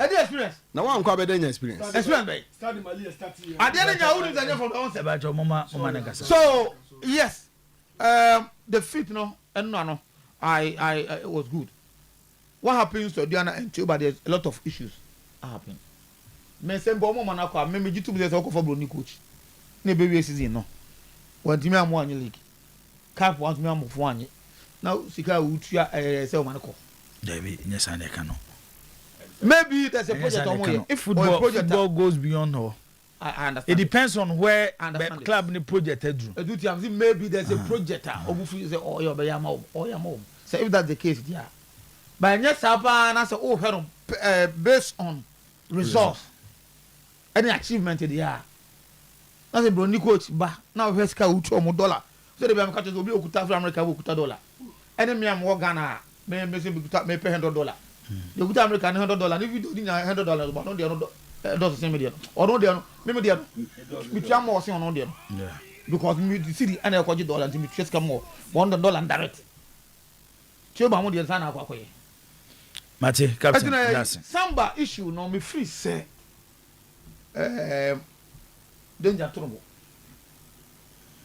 as you say obia ne she say ka say wo Congo aba ka say Congo your monsa ho ti Congo yes your monsa obia ne she say I want to believe that Atukotoko will not sit down to see the player not just a player the captain losing the mother na Kotoko ebe fold one arm saying say don't not do anything but I say captain Jack my memory was na say Obed em fa ywie do ma me somebody no quick na me remember me issue okay one someone ko bibia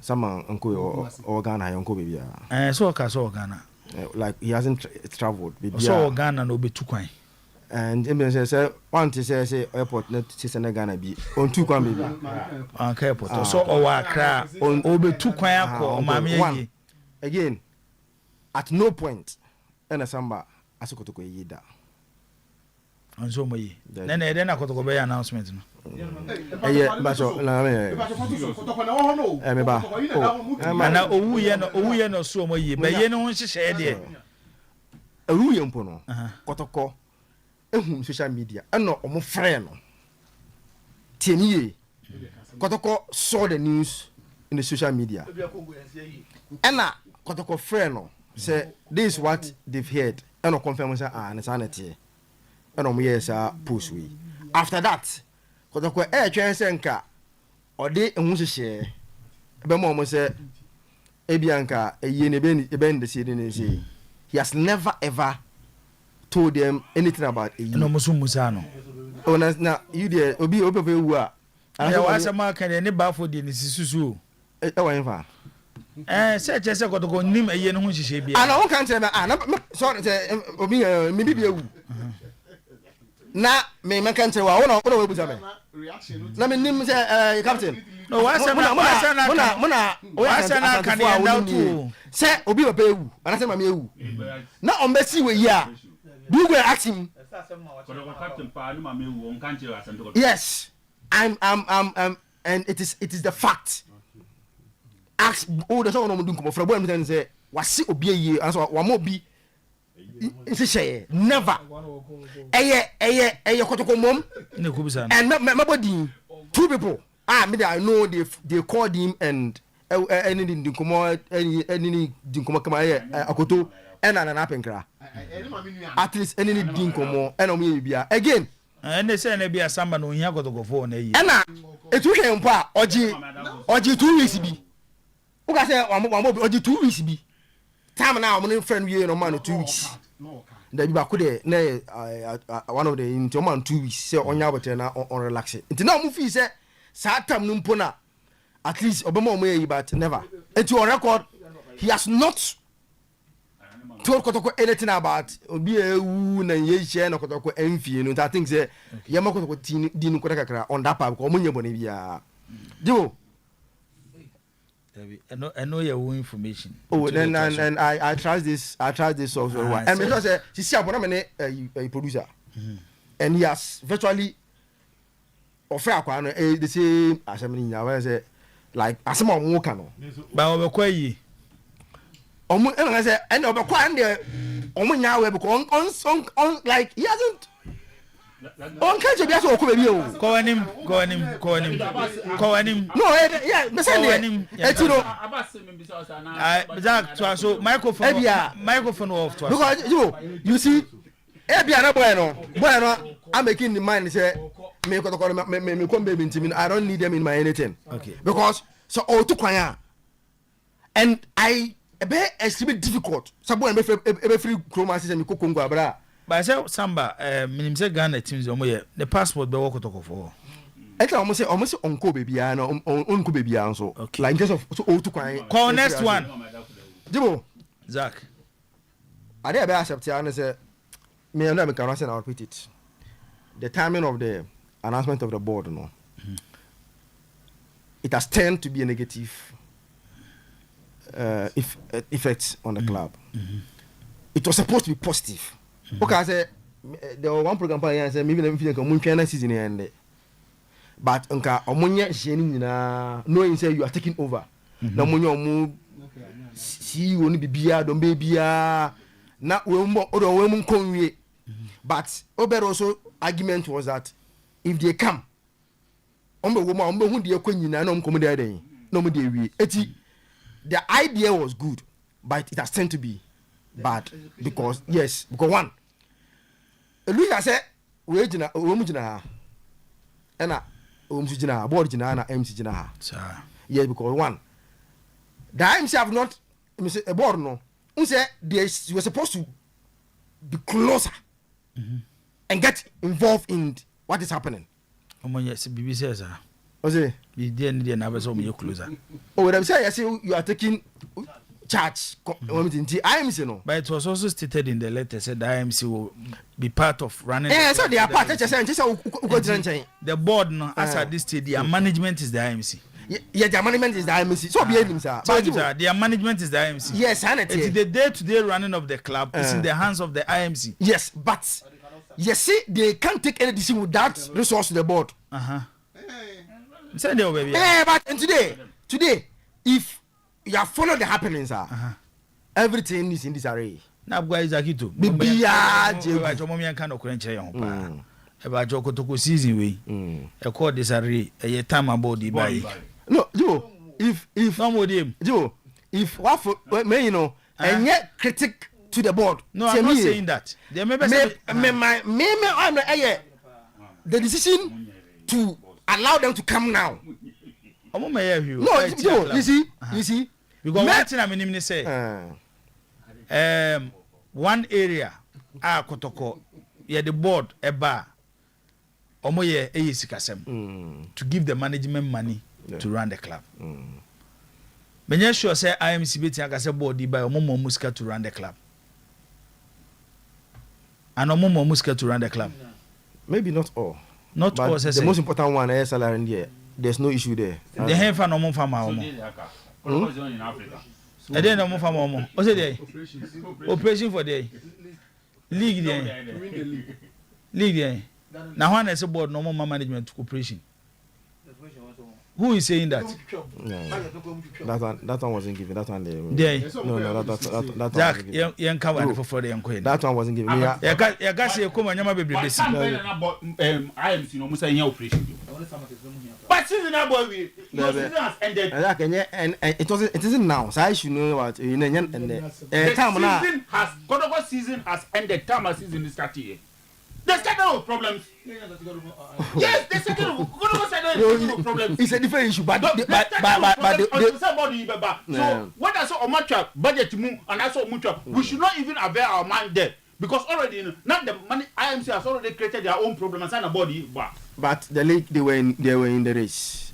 I never try to say the education be Jibo, me feel say if you allow them to sit back. Omo nyama echira na nka ebeboa Jibo, a lot of things have gone on. I feel say one say because they don't have the gap between Omo and the IMC and communication now very poor between Omo, the board, the IMC communication poor communication no be an communication here poor and I say asset na eti asem no Zagito information out there but wo ma asem no I am make here Bafo go on Bafo enya eti azi go on say ye kase ye be ka di anima ye say ha de onim no ye say ni mi si go if you all go say what we know your friend no enya de obi ni ye analyze the wo kan no enya de obi ni me your friend no so na kan na say your friend from the unim but you can't say more you analyze asem no say analyze inti na me ka so I've never utima asem nya men ka say board I be enye masem nya na me feel say the time and they don't boni feel say nke ba beboa but omo ba ye no it looks like say the IMC also felt at a point say I say there is some authority over na that time na IMC omo jiska wo menhia no so omo kwa human san e diska na mo no unse na omo kwaji omo take decision omo menhia na ko ya approve ansa no ma be do there unse football no ananya sa there are certain decisions that time na no more no you don't go to menhia so footballing issues na and many me and you don't go there so that say but with the board sabe no more say football no go first but with the board you have to go there support there you have to go there if you cannot work in that structure you are not ready to work it's reasonable me feel say honestly a lot of issues SEC no some of them and for public consumption no and made the decision no and look good practically even though it was supposed to look good on paper and how I discuss here no Jibo and many no the board have a lot of work to do after this season ends because nyama say at the club within season we know nyama say playing body technical team discipline issue of the food issues ama today kotoko baby amana na no the board especially in how to get the club once again back on track the next CEO because NMSC no decision making coaching CEO sponsorship there are a lot of things that things there and no they have to get working because in the say whoever tells you the situation of moon today no if it's not a mess then the person is not honest they are in a serious mess that needs some quick and drastic intervention you get them back. It's me there.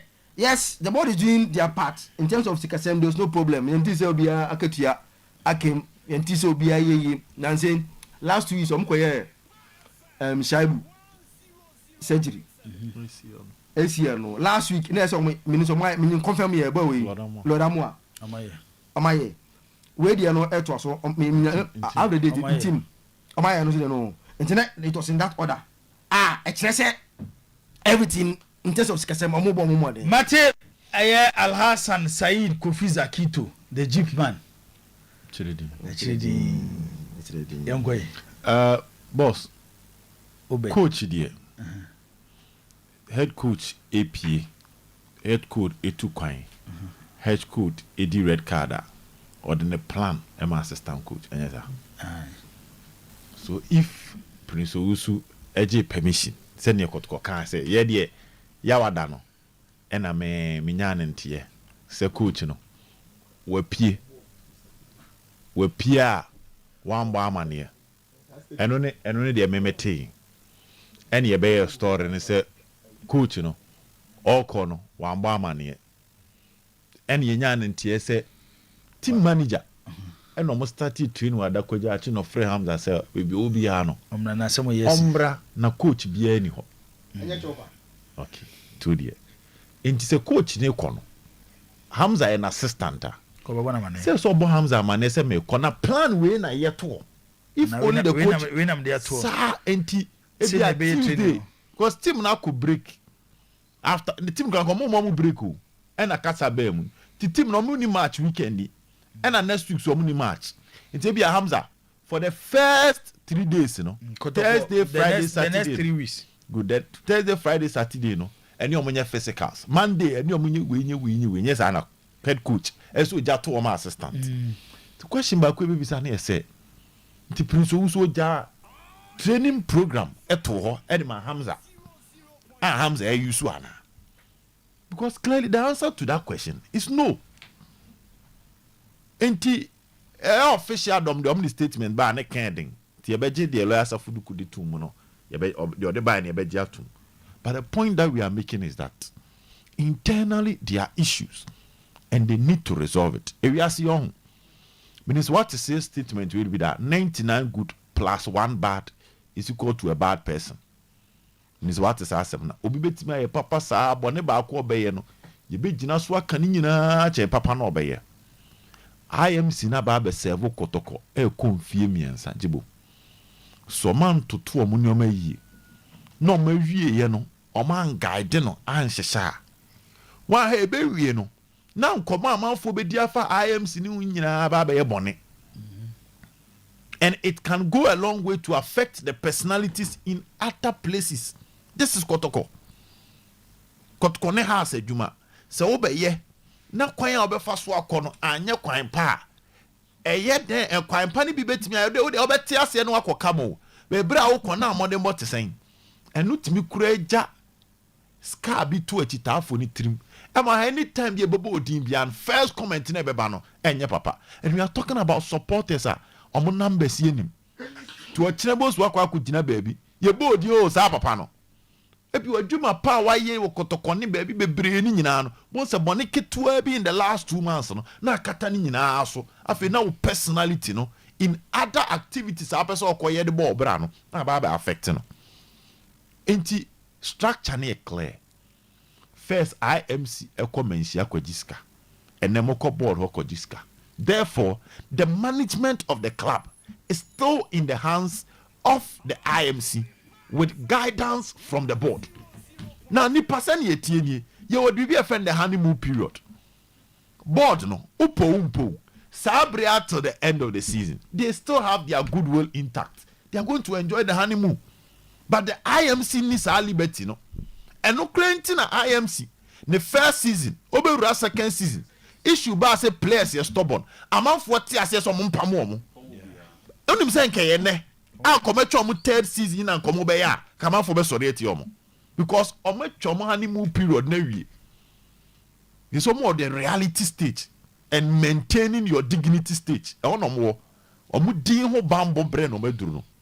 Enti some be ni so ase oh yeah frustration kakraba and now structure na sesa and then yoma dane ombeja atumua.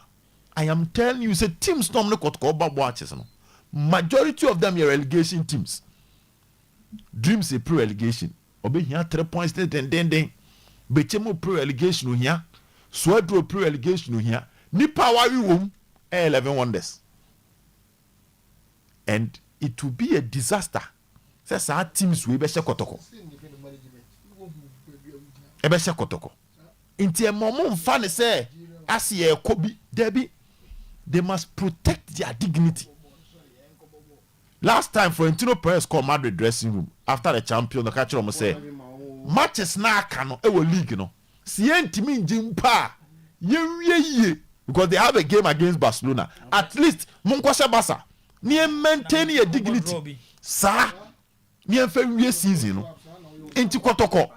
Se league ni jempo enya possible. Omo make sure say omo be wie ne feso. Ebi wie mpo na bia kotoko top 4 bi. The points was soro. But okay say Ogum first season.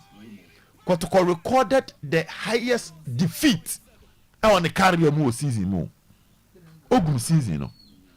Under one management highest defeat. They say what points now Kotoko nya na one ekura Ogum first season no. Say nyoma se so mo nya points to say Ogum first season no. Sir. Yes. Enti Prince Owusu asem na aba no. And we should not handle it in a cosmetic way. Omo handle assembly ye. So penyini no and okwa muma ne nko. Na Hamza na mo be fa akire ha bi. Ape ebia Ignatius bi 3 matches bi ma pe obi bi. Una F1 the Hamza betia bo. Odi na Hamza nko ano. They say ba be ka Hamza pe with no assistant coach. It would say Kroma bi na Thomas Dua bi coach bibi ebi akotoko former players bi na mo nyina ba be come adua bom enya long term appointment we season ewie ye ko bobo ani ape winning bonus bi di amount kotoko ne be pagya o image be suso mu bi ye be nya coaches ni bi Hamza na ankasa no kra no obetimi enya nipa 2-3 bi e di aka no nom de ewie season no in a respectable manner no ma hand over my board no so anya ne sa MPP after losing the election December 7th. So 1 month. Their plan was to better everything. Inflation on better so, fuel price on better so. Send ye de mawa. On make us a 7th January de ma ono. Na fuel price need to say because that should be a Rebecca sem. Can come lose election come you many. But who steady as I 1 month too many break per se dollar mo teso at least Andrew level be. Inti senior management dey conform no mo kwaje watakwa ba ya na asa hwinsi ye no o ma hwe yi a BBS wo team no which is not positive to lose Samates losing to Samates and losing to Midiama with no option with no revival biano it should tell you say some man fixing your man yet Kroma and other teams about say me da say Obed a champion a chiredi that's it pa me sure say wafutuo a wo dia man no pay no obi a wo tie bia no ebefa na wa hwe no waboa ama bibia atimi akokama kama Abbas area no ye ba team for so ba bo se dey asem Abbas be dey Abbas me nkomi no adu me tia wo na so na ya no wakobisem say Carlos Queiroz Ghana blaster coach no was information me pick no ehuma has wo say ehuma has say obu has an obede keeper no o ma do bia no be on tra ba bi na nwe ho Carlos Biana tanka Carlos Biana say ba bia ye du ni tete boss an hwa no anko bi won ko na hifo na ko ba bia ye du no da na boss man fa sa dia ne ma o ba tete man fa sa dia ne ma so ka man say last time ye fe for game ye fe 3 keepers Asaro na number 1 say Asaro nko dia number 2 number 3 so nko we dey say boss se mo for so no de nko won na bi o o de on fa say nyeska afanko because say tie okaso yi Asaro ya eso yi number 2 eso yi number 3 no go fact 3 go keep for number of course ubeti ko remedy da ko catch ko to me on number 2 number 3 Ghana ye keep ndro mpa mo no Abas mi tie wa 0322494401 0322494771 obeti afre no ba so ha osa de bima saba we dey nchia okay we dey nchia madam for bako asham ya Pinito Ventures drinks no ton na we Eugene and ya na hamza me nam for no big me do go akochia no nti Pinito na pe me chia no wife if you also have Pinito Ventures drinks no ton nti me chia na pai one about so ne niama kakra ja wono so timi Pinito Ventures all gra o Eugene uni no ada be wu so ni pa ju fo na ya na me nam fo no mo ada na nti Pinito na pai me chia no wife mo modjuma e was ash transformation the house we be any ho the one say mo jima home ya ji ahome league ni babie ma they say still am vim Dabi, there is no vim in the house of folks over League and ye would be catch you say do baby there is no motivation say ajamo ko chikusie enye ti wona modui when you do this the league there and that be supporters come on to we have the way forward na to 20 ye they say ye fight for Ghana League Ghana football say omunye ye na they say no mo ye no aka nyanto aso udin baby aka say final the wasma to aso kedenge adwo ka say Frempo yanko me da se pininia let's let danger mind say sportsman o ye no kotoko ne has eni etie no odi wo ye de kura ye mbitie mo na me ade ba ko a me fre danger mind say kotoko no ewura if you want to say wo ye kotoko no analysis a me fra ye ade a wo be wuru say kotoko ni wura no sebe o tani wo timi nkan se kotoko ye janka na wo kana sa keke aba nyamia ni mu kure ni akwai ya wo fa so ka kotoko asem no na sebe mpre asam ya do de e metai ba next time no one ya kene menye se me o me ne nya dere me ne nya dere se akwai ya wo fa so no se de wo ti ka kotoko asem obi de ne beja wo Frempong se hwene so ma no na wantimi ahwe ni ya se wo baba akra na ye janka no wantimi nkontina ba bi nkana basasa wo se si a danger ma ye de kotoko ma wa one week kontimi na kotoko da mate Frempong kasem medase yento aso udi ba bi akase final do asma to aso hello adibe soja yes sir Mr. Segwenio hey phobia adibe boko Mr. Segwe Mate wa Jesu. Yes, Akwano. Campaign was at the I won't just why. Yes, and my that campaign was at the campaign was at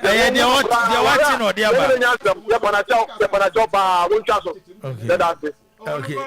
Mr. Sego, yes, that's it. Udi baby akase final was matter so. Good morning. Morning. But your family not Makasafi and Pami. Okay, yet you. Only say na lawyer Tafuduku and Eba Mosho so last week already. Now I'm the last time I'll buy. Now I know your interview. Now Nana come up line to na come share margin. Say matter.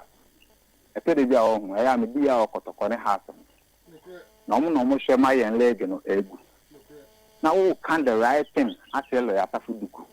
Ba some person befa mo amusho so na ya etie baba ebe man report say La Liga whole La Liga Florentino Perez na court ena mo brand name bi omo yo mo nti ase ama ma de wi ba se Ghana ha na league ni kotopani ha she ama Poku ade ye league na aye me omo do mo na beti from atrama FIFA ni atana ya leg ni kom yentimi embo leg ni biom tele Poku ni nkofo no an chance anema ye beja no o ka pass ni atre ya Tafuduku na ya mate obanyi ya ne kakaka e da sepa your point is well made yento aso udin ba bia gaze final do asma to aso kojo yanko na mo ban ba ko ka funze ese presi body to and ko na amza na for number 1 because say coach me is you should oti manage ko to kono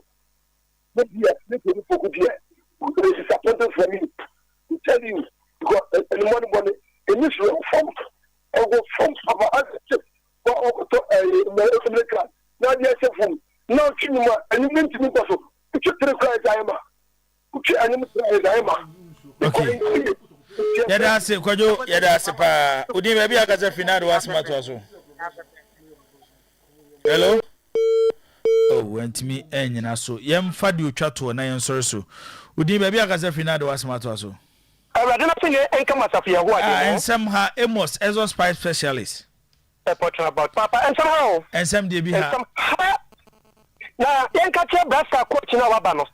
So when you know your mistake. No, yes, or you has for keep an up one. And yet, what you have for some more.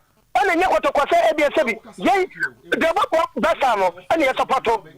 And Tabassa, one try cry, what I and the baby Bessie. You better say, who's a Bassa Timno, what about no about Okra? And to my Yabuta, one about Okra. Oh, about Okra, when you oh, I am last time coach. Because we are growing, no matter what to go. But for Tonima, we are not say and catchy. The Achiabiano, you better not tell them an area. Only to tell them another young kind. Never say coach, no, Kumano Kutano, Omana Kumana, and nobody no Munegma. Kumano Kutana, the fellow, Omana was it. No one boys, and Egman and summer. Amos, Ezos Pipe specialist, any afraid for. Au chato aha ene ade dwumadi no AC yada mo nyina se munya bre ene adaje etieye mame emfa akonya we so enwe himia menua ba amenya ko happy belated birthday nyako unua ba ma me pewasem me do enesu yebesi form why no shake oti abasenka obegina ho de makras fo ba forward danger man oti nenka Alhassan Said Kofi Zaki to tenenka say Obed o tenenka Captain Siasia Komia Sechi o tenenka and a guest on the show na a golden boy Razak on so o tenenka team of producers no Samo K Mensa Saasuna Solomon Kata Visa Sheka omo ene boabo ansem na no eme yetena se ene anopai ayede na watwi mu agudie mu nsem de twato de abramo nyame eya adoma adwoada yebese ahia na yatoa so de amamo yedamu nyina se kosoa na tie Oyerepa 100.7 baby a wokobia so no na wahwe wo ho so eye peace.